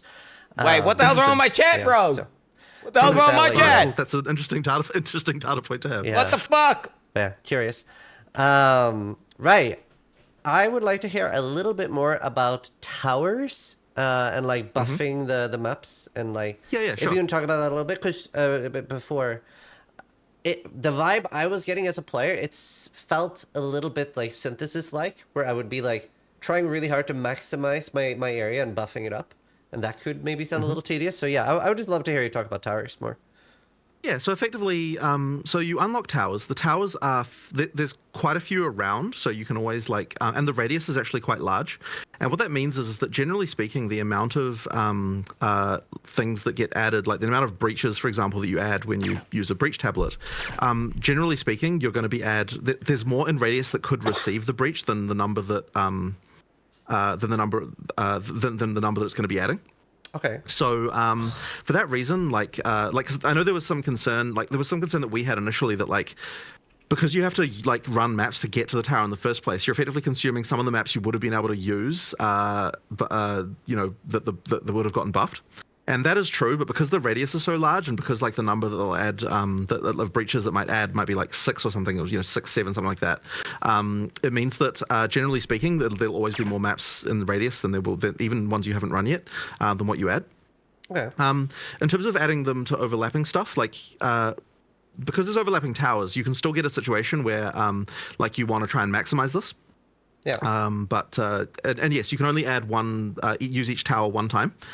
So effectively, like you want to find the tower, like go to it, add whatever mechanic you're adding, find some nearby towers potentially if there are nearby ones. Use those as well, like add them all, and then once you've done that, you get the overlapping radii for the mods, and then you run them. So effectively works like that. Okay. So yeah, I mean, if you've got any specific questions about it, I can certainly Well, answer them. can you use towers multiple times? No, you can't. So just one time each. Yeah, Honestly, obviously. it's Obviously, hard those because guys- again, I haven't played, which I love. I love Yeah, that yeah, I haven't played. I would just like, do you like it? Like, is it fun? Like, is it something you're confident that you think people will I enjoy? mean, I think vibe it's check. pretty fun. Yeah. I think it's pretty fun, but it's kind of like, look, it's one of those things we'll just have to see how it works in some ways. Like, what we don't really know is like what the long-term feel of it is, like when you actually really ramp everything to like max, and with but like what's the steady state like once you've reached the like point of just grinding forever, and that I sort of have a hard time knowing. Like we haven't done like. The amount of time we need to invest to be able to really test that is like Do it. more than what we have. So That seems like it's kind something of you hard should for us test, to know though. that. But the actual just like when you just play it normally, like it's cool. Like it does work well, and I'm enjoying that. The hard part, yeah, as I said, the hard part to know will be like once you've got infinite resources and you could just like, you've got as much as you got. Will it feel bad then? And I'm like not sure empowering about on that. day 4 or I'm something? hoping not though. There are generic tablets as well, by the way, that don't relate to a specific mechanic. And those ones like add more general mods that just sort of affect all maps. So that's another thing as well, just so you know. So we've got that too. That's very fun. And I am sure that we're going to be playing around a lot with the mod pools and other things like this, and sort of like affecting the juicing experience is definitely something that needs a lot more actual testing to really know like how far that goes and how well it works. So I'm sure that will be an area that receives heavy balance Cool. as we're going through. Yeah. Yeah, I mean that's the beauty of doing early access, I guess. Right. I was yesterday on a podcast called Dropped Frames, and Ko and JP asked Ezekiel to make them a question for today's podcast. And I said I would ask them, and These Ezekiel content asked, annies. why was it a conscious choice to make the game more difficult than PoE 1? So, see, I guess I P1's a don't know joke. that I would say that the conscious choice was to make the game more shit. difficult, because that makes it sound like the goal is we're going to make it more difficult, whereas what the goal was to make the combat more gaslight 'em. engaging, and on some Don't level gaslight 'em. that did make the game more difficult. But I wouldn't Yeah. say that was like this is what we're setting out to do, if you know what I mean. It's like we're setting out to make the combat good, and to me at least, good combat. Yeah. Involves some level of challenge, and so Yeah. that's kind of what you end up with. So 100%. yeah, I guess that's kind of what If I it's too easy, that's it's what it really boring. comes down to. True. It's just it's a natural part of that. Cool. I think that's really what it is. Dude, this Yeah, needs to calm engaging down, bro, combat. for real. That makes sense. Calm down, Zus. A cat in the community asked, will every attack from rapid fire give stacks of tailwind? So it currently does. I know there was a discussion happening about this. One of the designers was unhappy about it, and so I think that I know there was a discussion recently that I haven't heard the result of about what's going on with that. I actually can't answer what the final state will be because I don't know. It depends on what they went off and did. But there was a discussion about it for sure. It was a balanced concern. That's what These I know. motherfuckers trying to ask questions to I solve their think that's build. why they were curious. Stop trying to solve your build before the game comes out, pussy. Yeah. Yeah, so we have a few more Reddit questions here. I think we have a few thousand questions from Reddit. Fucking I've just Reddit, started bro. pulling Oh, down. good. This was one I found very interesting, and it was it's pretty rare to see someone so motivated after doing something for so long. Can you talk about what makes you so motivated? I guess for me, I just want to make, I want to actually make a game I'm happy with, and until I've actually done that, I think I won't be happy. You know what I mean? I just want to keep going. I was never fully happy with PoE 1. There was always more to do. It's always it's just we're still not in a good place yet. Pursuit of perfection, bro. And I want to make that perfect action. You literally will never win. You can't do it. So Life is not perfect. that's he's I'll just gonna- keep going until I've achieved that. An right? endless And journey, bro. Maybe that's impossible to like make something really truly perfect, but like I guess I'm just ultimately motivated to fix things. Imperfection is perfection, bro. I just want everything to be perfect, and so Can't- we keep going until Strong. we get to that point, which maybe is impossible. It is impossible. As far as I know, that's what's driving me really. Yeah, no, that's awesome. It's That's an a great impossible answer. goal. I mean, like it's it, though. very- this- I like it. Talking to you as well. It's very fun. So it's great. Keep it up. Next question is does hardcore still go to softcore? Yes. So Okay. it works the same as PoE1. So effectively, like I was thinking about actually starting softcore this time, but I could effectively just start playing on hardcore, die, and just continue on softcore then. Yeah, absolutely. No league, bro. I'll do that then. Yeah, sure. I mean, hopefully that will happen by the time you're like 3 areas in. So Okay. but we'll see. But we'll see. Three We'll area see. only, Damn, bro. Look at alright. him, dude. Shots fired, bro. Oh, wow. This is trash, bro. So like, yeah, how hardcore viable do you think it is for your first time? I think that would be. I think it probably would really not be hardcore viable, just because Yeah. there's going to be mechanics on bosses that you're going to need to learn.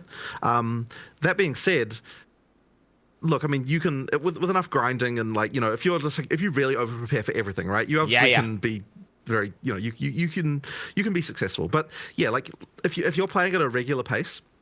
Bosses will kill you just due to learn the mechanics. Like there are things that are subtle about them, and you have to work them out. Or obviously you've never seen everything is very well telegraphed, but like if you don't know what it's telegraphing, until you've seen the ability one time, what I would say is if you were like playing behind someone and every single boss fight you like watched a video of someone playing it first before you fought it. That's in lame. hardcore. Yeah. I think you could probably do it that way. Nah. But where's the Not fun in doing that, it- right? not Like, you doing wanna it that- experience yeah, all I'm the stuff going for raw the first dog. time yourself. So Raw dog. that I would say you can do. Raw dog, bro, line. So yeah, that's I would say play softcore your first time, or at least play hardcore and die, and then play softcore. the rest, Hardcore and all the you way, should be alright. baby. Yeah. Hardcore all the No, way. I was actually like bouncing between which one I should do, and then it was finally Ben that convinced me that I should play softcore because of server issues. And I think No, that pause, obviously bro. is something 100 we're all concerned millisecond about, pause. so. You can't I die have to a a feeling, server issue. like if there are server issues, it probably won't be that like it's like lag server side on the individual Be rollback. like on an individual instance. It's much more likely to be like back-end problems, thing which like boot crashes. off 100,000 people get booted Yeah. off kind of thing. Right. That's kind of like a different type, rather than like a it's just crappy performance. I would hope anyway. I mean, Yeah. you never really know, but like I just have a feeling it was much more likely to be those kinds of problems, like the like horrible back-end issue that I have to get up before at 2 a.m. to work out, rather than the like just slow grind. Yeah. How But hopefully we're able to solve that issue. Stay up, how man. confident are you feeling? Do meth. Do meth, like Jonathan. it's hard. To, No sleep. Apparently, not very. If I'm Yeah. if I'm saying like that, the issue is just like I really have no idea how many people will turn up on day one. Like we can look at supporter pack sales and we can say like, okay, well there's at least this number, but on day one, we're not sure. And the other thing as well is that there are things like what's console going to be like. I just don't know really like how many people will turn up there. It's really hard to say.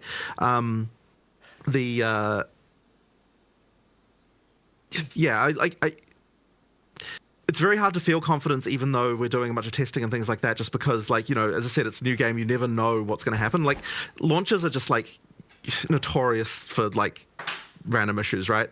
And it's not for lack of people trying to make sure that, like, it's not like we're like, just cheaping out on servers or something like that, right? Like we will do our best to get as much as we can, but you just never know what kind of a random performance issue can go wrong. And the sucky thing about it is like you can make some really subtle mistake somewhere, and it results in like a huge amount of chaos for the players, because like you go over some weird threshold and you get some deadlock or some random thing happens, and it just everything dies. And so yeah, that kind of stuff really sucks.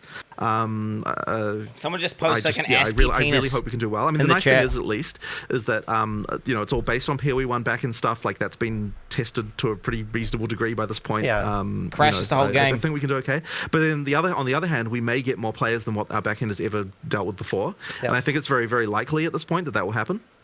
As I said, you can never really know.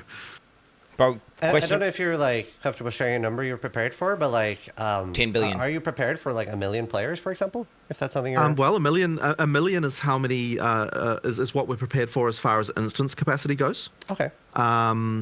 We also are prepared to increase that as well, like in terms of just like talking to cloud vendors and stuff like that about like, you know, what if we go over this? Like, do we have a plan for how we're going to scale up? Like that kind of stuff. So 1 million is the capacity that we'll have on day one, like before we know how many people we're going to get. And my hope is that that'll be enough. Cool. I'm pretty sure I'm pretty sure we'll get it in 1 million. I don't think it's going to go. I think the chance of going above 1 million is pretty low, honestly. But you never know. You never know. Yeah, you never know. Yeah, I think, as I said, I think the chance of going above that is pretty low. Just because bear in mind it is paid, right? It's not like okay. Let me say this on our full release when it's free. Like I think the numbers will be much higher than 1 million. I think that's going to be very very high, like absurdly high. But for a paid early access, I think getting to 1 million would be a very good success. Like that would be crazy. But yet I think that we might be on the way to it for sure. Yeah. As I said, 1 million is what we're. Because of the fact that we want to make sure we don't screw this up, 1 million is what we're getting for instance capacity. When I say instance, by the way, I'm talking about the actual servers that individual players play on, as opposed to like the back end, which is like where all of the, which is the scaling challenge that's much more hard to know. Cool. Now, as far as like testing, like testing the back end and making sure it can work, the hard part there is like, can you simulate player numbers, like correctly enough to actually know what's going on?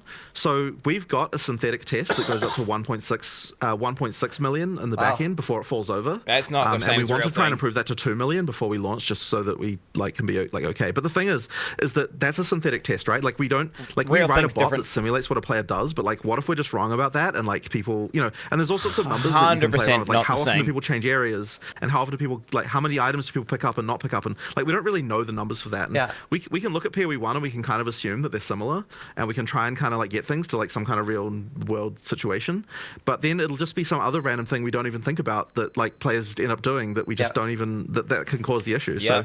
So the other thing as well is like, what if we just didn't like okay, so sure, we wrote it to that many players like as a test, but there could be like even more subtle elements. Like here's a random example we did think about, but like just to sort of give you an example of the kind of subtlety that happens here. So we have processes in the backend called instance managers, which like deal with like effectively they just like know where all the instances are, like all the game instances are, and like if they fall over, you know, like if they're keeping track of them effectively. Yeah. And we've got more than one of these, but like to know which one to contact, you need to know, like, you need to have something to work out, like, what is the thing that, like, that will tell you, like, which instance manager I should be talking to whenever I'm going to go to a new area. And so that we shard this based on the area, the area index. And the thing that we realized recently was that, like, when everyone plays the game initially, they're all going to be in the same area. They're all going to be starting in what's called G11, which is like the first area of the game. And then a bunch of those people, like there'll be a very similar amount of time that people will take to get from there to the next area. Yeah. And so that means that everyone will go from there to like the next area. And so that means like all the load's going to be on one of these instance managers, and then all the load's going to move to a different instance manager. It's all going to happen at the same time, which means there's actually like the thing with having more of these is like completely defeated by just the way that will happen on launch. And like that's not something that our load test would immediately notice, because like we kind of have to think about how the actual players will actually be behaving on release day to be able to see that kind of issue. So like that's one we did think of, but like there could be 200 other things like that we didn't think of that, like, you know, could result in problems. And so this is the kind of stuff that, like, you know, as I said, that you just never expect in the back end. So this is probably like way too much detail, and like I'm being way too I love the technical here, transparency. But I was thinking the exact same but thing. anyway, that's I said, that's the kind of issue. So I'm hoping that whatever it is like really obvious, like whatever problem we do run into is like really obvious to us, so we can just fix it. But it's because the part that really sucks is like the thing fell over, like there's no crash, there's no like thing, it's just a bunch of people got disconnected, there's no logs, there's nothing for us to even latch onto it. That's like the really horrible type of issue that I really hope we don't run into. I want to mention just like Forsen in town. Getting Getting crashed out constantly, just by a few people we'll in see there. what happens. I'm hoping it'll Right? be okay. Imagine the town's max to be fair, capacity. you could just do a surprise launch right now. Then there won't be like no one's expecting it. You just Straight up. Everyone's in town crashing over Somehow I don't think infinite that's a good crash idea. loop. So, well, I guess what will be really interesting to see is how big do the queues get on. Like yeah, Awesome. that could be scary. Yeah. But I think it'll be okay. I think it'll be okay. I'm excited. I'm very hyped. Awesome. Thank you so much for the transparency there. That was more in depth than I was expecting, and yeah, love it. A question about ExileCon. Are there going to be more ExileCons? Will there be one before or after release? Like, what's the vibe there? Yo, do So it. we Do were it. actually originally planning to have one next year, and Oh, wait, originally. as it got closer, we were just like, man, do we really want to?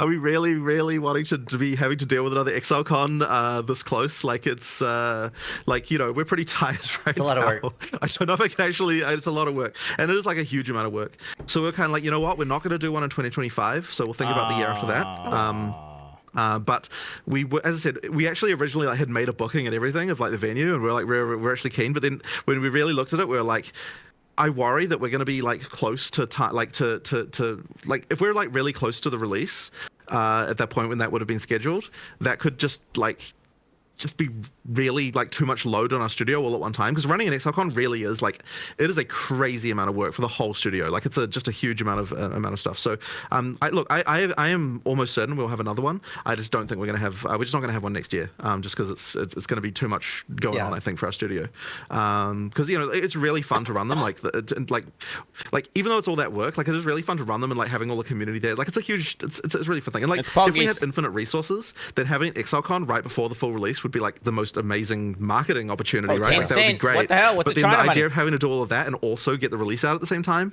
it's just too much. I just Get don't Z think we'll be Ping able to do call it. on the That reinforcements. makes sense. Makes sense. What the It's a lot of fuck? work. Question again about bosses. Dude, Is FEXTRA every life. single boss going to be you die once and it's over? Like, you know, you collect 300 Zeshtula splinters or whatever. Right. So we've actually had quite a lot of conversations about this topic. With the 300 splinters thing, just to, by the way, is like they do come in stacks, so it's not like you have to fight 300 breaches. That's what to they do always that. tell us, Jonathan. This was definitely a question. Should we allow more portals for some of these bosses, because like, you know, it's like the first time that you save up, the first time you're going to fight it, and then you just die instantly to some ability, and like, is that okay? And there were definitely some arguments about this. But we eventually decided that, we are going to leave it as one death for those bosses, just because we just want to make sure that there's integrity in the, you know, like in the boss fight, that you actually did have to kill it from top to bottom. It is one of those things, though, that like if it really was a problem, I guess we could readdress it. But like, I think we're pretty keen to go with just one death, even for those for the time being. Cool. But yes, very interesting. There was a lot of argument about it for sure. Yeah, I mean, obviously, like I'm gonna be hardcore hopefully most of the time. So once I figure the game out, Right. so I was just mostly asking for softcore players. I'll be very curious how they feel about it. Cool. Okay, another question. How do you feel about safe mechanics like Toda? Like obviously, RuneScape is probably the game that comes to mind where you can very, very much more than any game I can think of tailor exactly what type of content you want to be doing, right?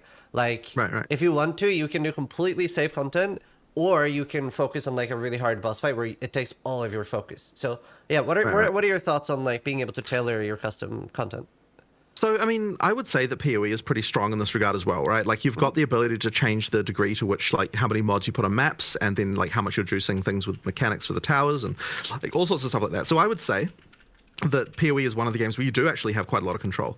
So, like, you can definitely get, like, look, if you're running a white map, there's not a huge amount that's just going to randomly kill you if you're powerful enough to deal with that.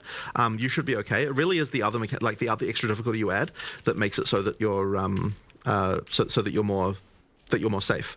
And like especially now that the bosses have been moved out of the regular map, so that you can choose whether you're doing them or not. Like you have even that choice as well. So yeah, I'm a fan of tailoring content difficulty, and that is the goal for us as well, right? Just like make sure that you can decide that. Awesome. Yeah, no, me too. I'm a big fan of that. Very cool. So, talking about playing hardcore and pausing and stuff, Pause gaming, So bro. let's say Spam that pausing. I've opened an expensive boss fight. It took me a while to farm, and I'm halfway through Pause, the fight, and I'm Blake. like, "Oh, this is not going well. Pause, this Blake. is not going down well." But I don't want to leave either. Can I pause Right, the right. fight Right. and be like, "Steel Mage, I need help right now. Yeah. Please come get me." And can he then like, while I'm paused, can he come help me? Don't let them do that. Do so- not let them do that. Do not let them do that. Okay, so currently you actually can't like do things like accept invites and everything while you're paused. Good. Now we actually had planned to allow you to do way more stuff while paused. Yeah. There was this whole pause rework we were going to do. We were going to change the interface so you can pause the rework. game and still be able to like look at the rest of the interface and like kind of do certain things while paused or not. And then, Pause and then we gaming. could just make the decision of like what's allowed when paused and what isn't. Yeah. But we never got it. We unfortunately didn't get time to do it. So right now, you wouldn't be able to accept a challenge while pause. But that being said, you could like pause the game, message your friend, he sends you an invite, you unpause quickly, click accept, and then pause again. Right? Like it is kind of possible. Right. And so there's kind of really no reason to like not allow you to accept an invite while paused for that reason, because like you can just kind of do that. Don't let them do it. So like that would be possible. Cringe. And ultimately, that would mean that you can kind of do that. The question then is like, can you get to the person in a fight? And that depends on the context. Yeah. Now, I don't actually SSF, know dude, log in. 100% of all the rules about this, about exactly what goes on. I believe that when you seashell to someone, as the players call it, that it's that you go to the checkpoint of the last, you go to the physical location of the most recent checkpoint the player has. Yeah. And then from there, you can go into the boss fight. So during campaign, you can certainly just like get into someone's boss fight very easily. Yeah. Fair enough. What I don't know is what the situation is with regard to maps and exactly how that works. So I would have to check on that to work out exactly what you could do there. I am sure there's going to be all sorts of like exploits and like random issues around pausing and checkpoints as well, and like all of those things. Like I just have a feeling that there's going to be stuff. Like we obviously do our best to think of these, but I'm sure there's going to be some stuff. So there might have to be some tweaks to the rules later on here. But as far as I know, you can do that. I believe. So I'm pretty sure what should happen is I think that for maps, the last checkpoint is like still in the map room. Yeah. Because there's no checkpoints in map. So I'm pretty sure what would happen is they'd go outside the map. They would be standing where the portals are. And if there's a portal available, they'll be able to go through that portal. And so if you moved the portal close to the boss fight before you went into it, because you can't use the portal while in the boss fight, then that would mean they'd be outside the boss fight. And so long as there's a way to get into the boss fight after the fact, it should work. So as far as I know, that should be how it works at the moment. But as I said, there might be individual rules that we can add or remove or whatever. Like there'll probably be tweaks to this, I'm sure. Cool. Also, chat really wants me to correct you and say it's we call it swirly. Swirly. What? Wow. Okay, Yeah, for some the blue reason, people around here call them seashelling. Right. I don't know where that. Maybe that's just in GGG slang for this. That's funny. We're talking about that group teleport. yeah, I mean, it right? apparently looks like a seashell. That is really cool though. I'm obviously a little bit biased. Like I would love to run like a boss service where I'm like coming to rescue people. So that'd Right, be right. Okay. that'd be very fun. Well, as far as I know, that should be possible right now. But as I said, we might tweak the rules. Cool. A little bit of like a more random cutesy question with how do you feel about like mini games like fishing or just like things to do that aren't necessarily like the core game? I don't know. Like Herbalism. some people find that stuff fun. I guess I see the mini games in PoE as more like the different league mechanics. The Settlers were successful, man. So like those are the things that we're probably more likely to add. But I know people have been wanting a fishing mini game for a long time. Dude, Settlers I were guess, successful. Look, we have boat support now, right? Like I know. from the hideout. People want it. You never know, I guess. Cool. Two-factor authentication, is that something we can see improvements of in PoE 2? So this is one of those things where like it's trivially easy to add two-factor authentication. The hard part is all the support policy around what happens when people lose their second factor. And it's like, Too much effort. okay, so like how do you verify someone who's lost the second factor? And then like that's a whole thing that's all drama around this. And then like you open yourself up to like all sorts of like support mistakes you could be making. Can't they just use Google? with that kind of stuff? And like it's that mean? notoriously like you have such this things. And then people say, oh, you should just tell people that if they add two-factor, then if they lose the second factor, they're just hosed. And it's like, well, you can say that now. Yeah. You say that right up to the point you do lose your second factor, and then you're like, why is there no recovery process for this? You know what I mean? Like there has to be a recovery process. Can't they use And like a then third-party it's one, like like okay, so then Google? how do we verify it? So then people are like, oh, you could like take government ID, and it's like, okay, well now there's like GDPR and privacy Nah, fuck implications that. of this, Nah, fuck that. and it's like Fuck it's just government kind of an ID? endless rabbit What? hole of like random policy and horrible stuff, and so like. We should have it, right? Like, absolutely, we should 100%. We should Steam have has two-factor. We just don't, and it's all because of that, like the tricky stuff around this. And like one day, I just have no doubt we will implement this. But yeah, it's we just need to dig ourselves out of the hole of all the policy issues with around support for this. That's the thing. And so what I will say though is just as a thing is that you can effectively outsource the two-factor on your account by using Steam if you want, because they have two-factor. And if Steam is the only login method on your account, then effectively you're just relying on their two-factor to be able to work. So you still have that option at least. But yeah, we should add two-factor to the regular login system, and I want to add two-factor to the regular login system. It's just a question of getting time to sort through all the problems with it. Dave's taking your money. Speaking of the regular login system, I can't remember if this was already confirmed, but do we still have both the standalone client and Steam? Yep. Okay. We do. Excellent. Another community question. So there is a limit of support gems, right? I can only use element control destruction on one gem. I can't use it on two gems. Correct. Is that Correct. rule still the same on my weapon swap? Let's say that I have a lightning ability in one weapon swap and a cold ability in the other, but on both of these main gems, I want to use control destruction. You can't do it. So Can't do it. There's one per character. It doesn't relate to weapon swap. Because the thing that I just want to clarify around this is that like it's not like you've got slots that are just like one versus the other, right? Like when you look at your skill screen, they're all just on one screen. Yeah. That you just get to enable or disable certain skills Bro. for being used by a certain weapon swap. So there's no as far as the question goes, like it is one for your entire character. Okay. When we saw like videos, somebody had a video going through the settings and stuff like that, and I did not see lockstep or predictive being there. Is that still a thing? Havoc doxed you, bro. Havoc doxed you, bro. You got Havoc told me Why he wouldn't it have been there? He scrolled through the settings. They got you, Jonathan. Could have been there. Okay, so Apparently it's only on the menu screen. Yeah, you can't change it. Oh, yeah. Because you can't change it while you're in your while you're in game. Makes sense. But yeah, it should be there. As far as I know. One thing I will say is that predictive with WSD. Sorry, not predict. Predictive feels better, but it's like you can Okay, get let me desync. get this right. Okay, so there is a mode called hybrid. And I think that with WSD, predictive turns into hybrid, but I'm not sure whether or not they've actually like fiddled around with the interface of this. Hybrid is the mode that consoles use, but I don't think it tells you about it because I don't think there's a setting for it on consoles. Right. But effectively, what that is, it's like it's somewhere in between predictive and lockstep. I guess I could like, and effectively, what it is that. This is kind of irrelevant, but effectively, with lockstep, when there's lag, internet lag, the whole game freezes. And with predictive, when there's internet lag, the game does not freeze. Yeah. You've got to be Hybrid is a lockstep mode where gamer. we still use predictive networking, but we still freeze everything when the server hasn't replied to you, and that's just because it keeps everything in sync a little bit better, but prevents some of the issues that you get in predictive. Lockstep, boys. That mode just works a bit better when you're using direct control. Oh, AU servers, bro. And NZ servers. I didn't ask about this.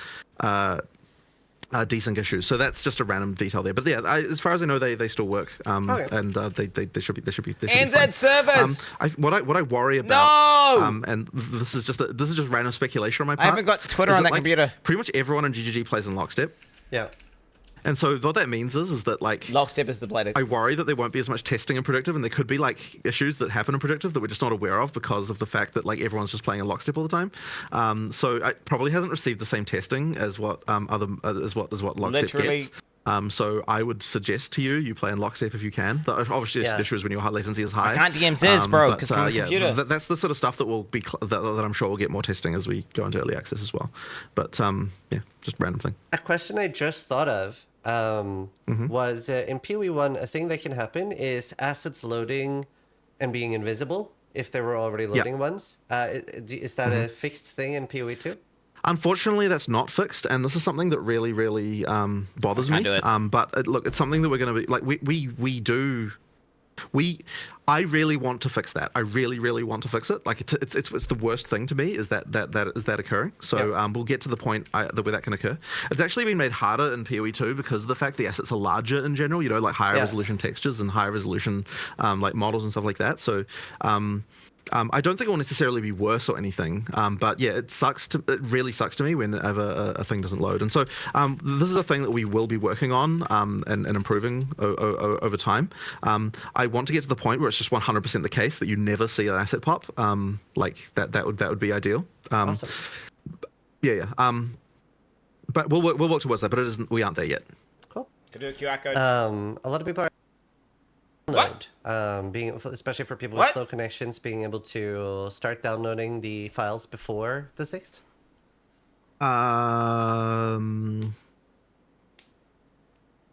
So the concern there would be what do you call it? Data mining. Mm-hmm. Yeah, that's the concern with that. Whoa. What did he ask? My question is pre-download / data Yeah. mining.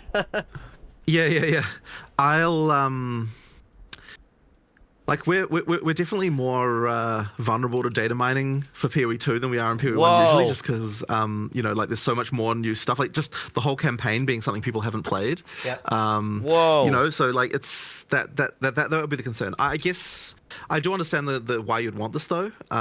So I guess I'll just have to talk to. I just have to talk and see how we feel about it. Like, yeah, the concern is data mining though. That would be the reason not to do it. So that would be that's Fuck really the issue. pre-download, bro. Yeah. Get good internet, pussy. I'm a big fan of like that it hasn't been data mined yet. At least I love that. Just encrypt it properly, bro. It will be interesting to see how fast the data mining occurs. Like, obviously, when you've got a thing like this, like a lot of people. Now, we do have some stuff to improve. Like certain things will be harder to data mine than they were in the past. But on the other hand, there are some things the client just has to have, and if the client has to have it, then there's just no way to prevent data mining of it because, like, you know, it has to be on the client for the client to be to be able to see a mod on the client. The client has to have the text of the mod, right? Yeah. So on some level, you've got to have that stuff. So yeah. Cool. Makes sense. Is rarity multiplicative or additive with map / monster rarity? You mean so player rarity is player rarity is multiplicative with the map rarity, yeah. Okay. So that's still the case. Right. Yeah.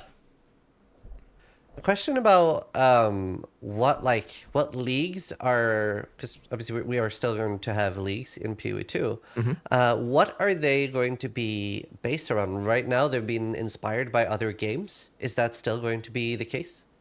Oh, I mean, that's always the case, right? We're always looking at other mechanics. I mean, ultimately, it comes down to what is cool.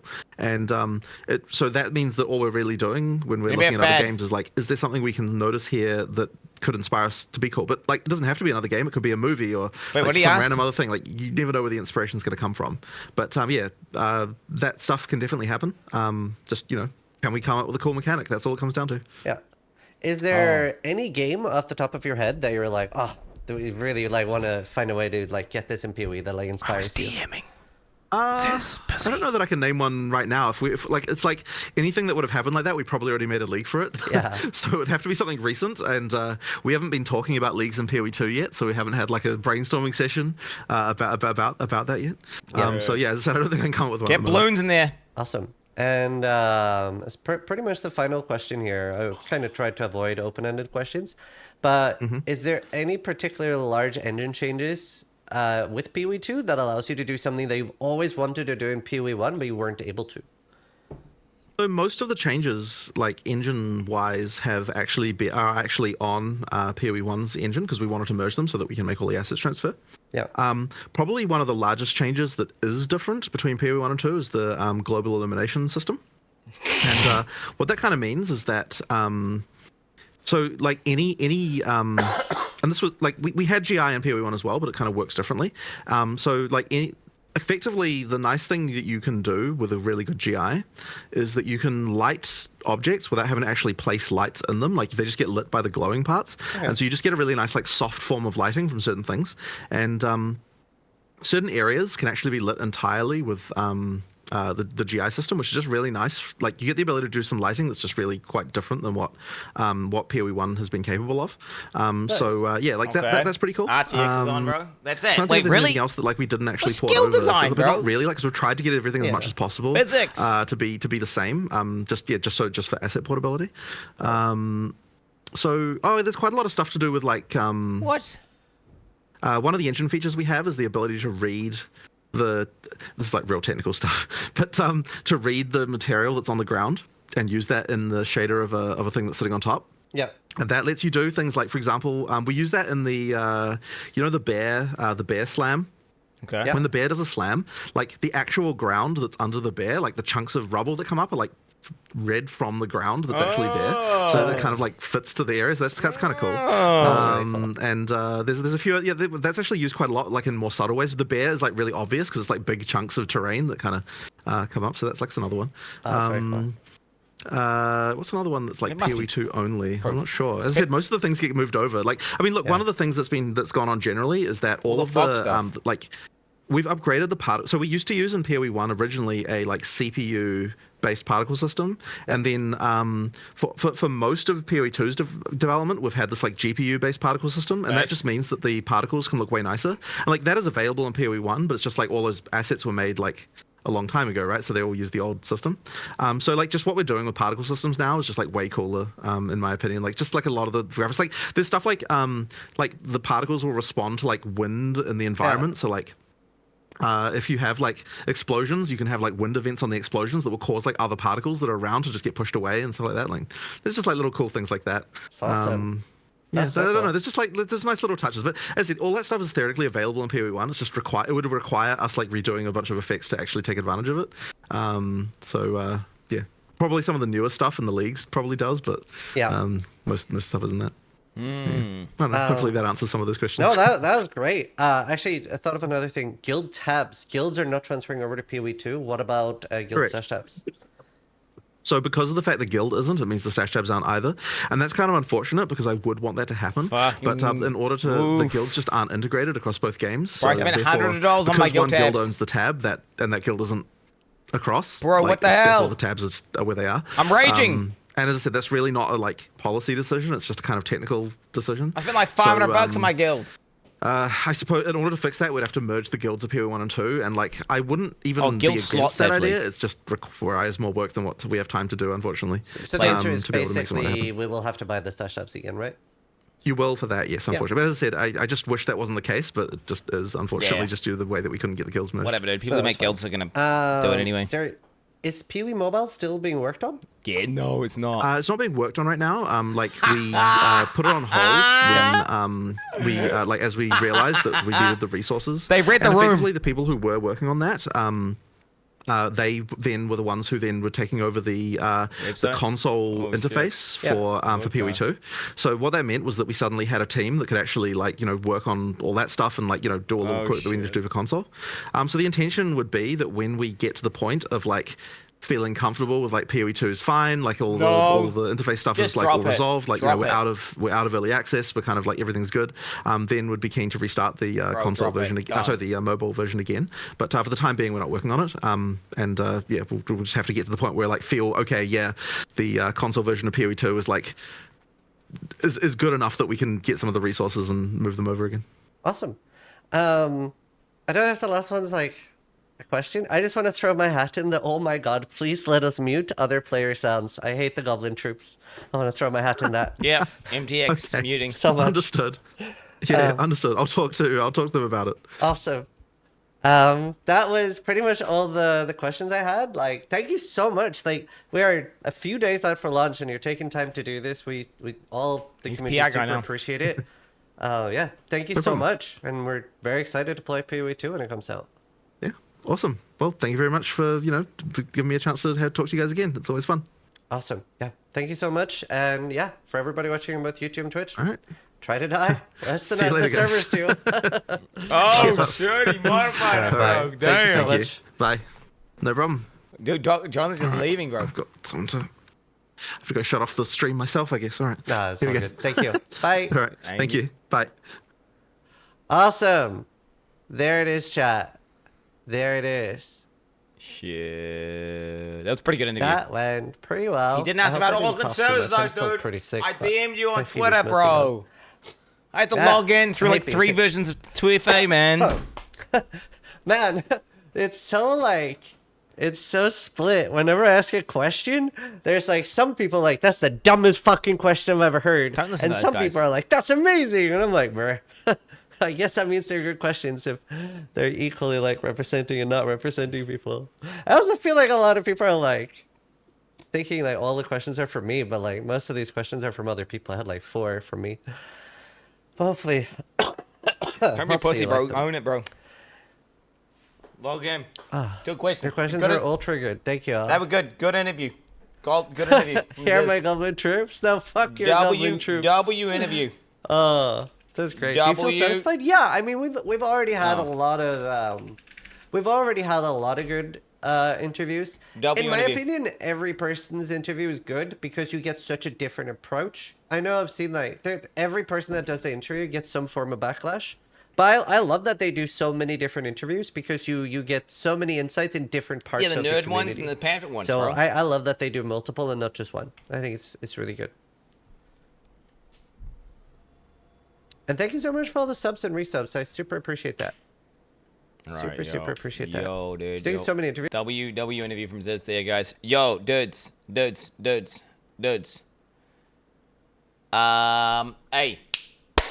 Bros. Fuck! Do I try and get to this thing that I'm gonna be late to, or do I just say fuck that and just game a bit longer? I have a choice of trying to get to this thing that I'm gonna be late to, or I could game a bit longer. I have 2 options. I could be like... Yeah, no, I should go. What's the thing? It's fucking sick. But if I tell you it's docs. It's docs. It's fucking sick. My kids are there, bro. I think I go late to the thing. Bro, I'll just fucking tell you guys. No, should I tell you guys? Bro, I was training them yesterday. I was getting them coaching, boy. It's the cross country, bro. It's the cross country. I'm gonna be late though. I'm gonna be late. Hey. I want to go see the cross country. I'll be probably mid run by the time I get there. But fuck it, bro. Log in. I'm gonna go to see my kids cross country, boys. W interview popped off. Oi, boys. 3 days. 3 fucking days. 3 days. Oh my God. Get your pog champs ready. It's gonna go down. Thank you guys very much for chilling out today. Really appreciate it. It's 3 days and 21 hours. Okay. 3 days and 21 hours. All right. We will be logged the fuck in, okay? Or at least we'll be in queue and the servers will be crashing. I don't know. We'll have to see. It's going to be crazy. Appreciate the posy vibes today. W interview from Ziz. All around W chat. Peace the fuck out. Have a good one. And I will see you tomorrow for... Dude, non-zero chance I may do it... Oh... No, fuck that. I shouldn't. I need to do another mod meeting. Subathon prep. The bet. Oh, yeah. Fucking doubters, voice. No mention of extra life, dude. Sad egg.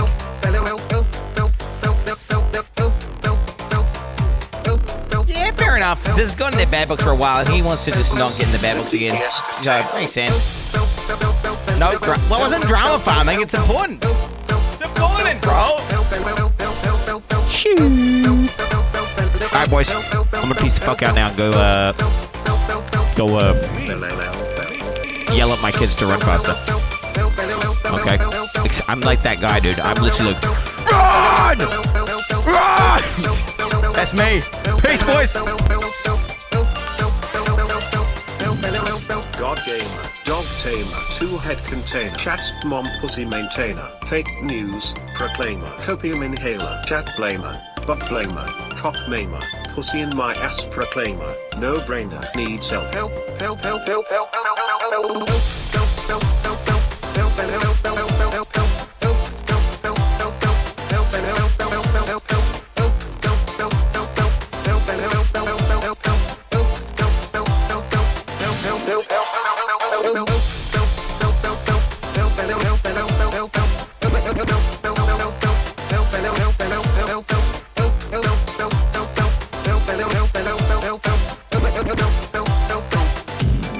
God Gamer, Dog Tamer, 2-head container, chat mom pussy maintainer, fake news, proclaimer, copium inhaler, chat blamer, butt blamer, cock mainer, pussy in my ass proclaimer, no brainer, needs help.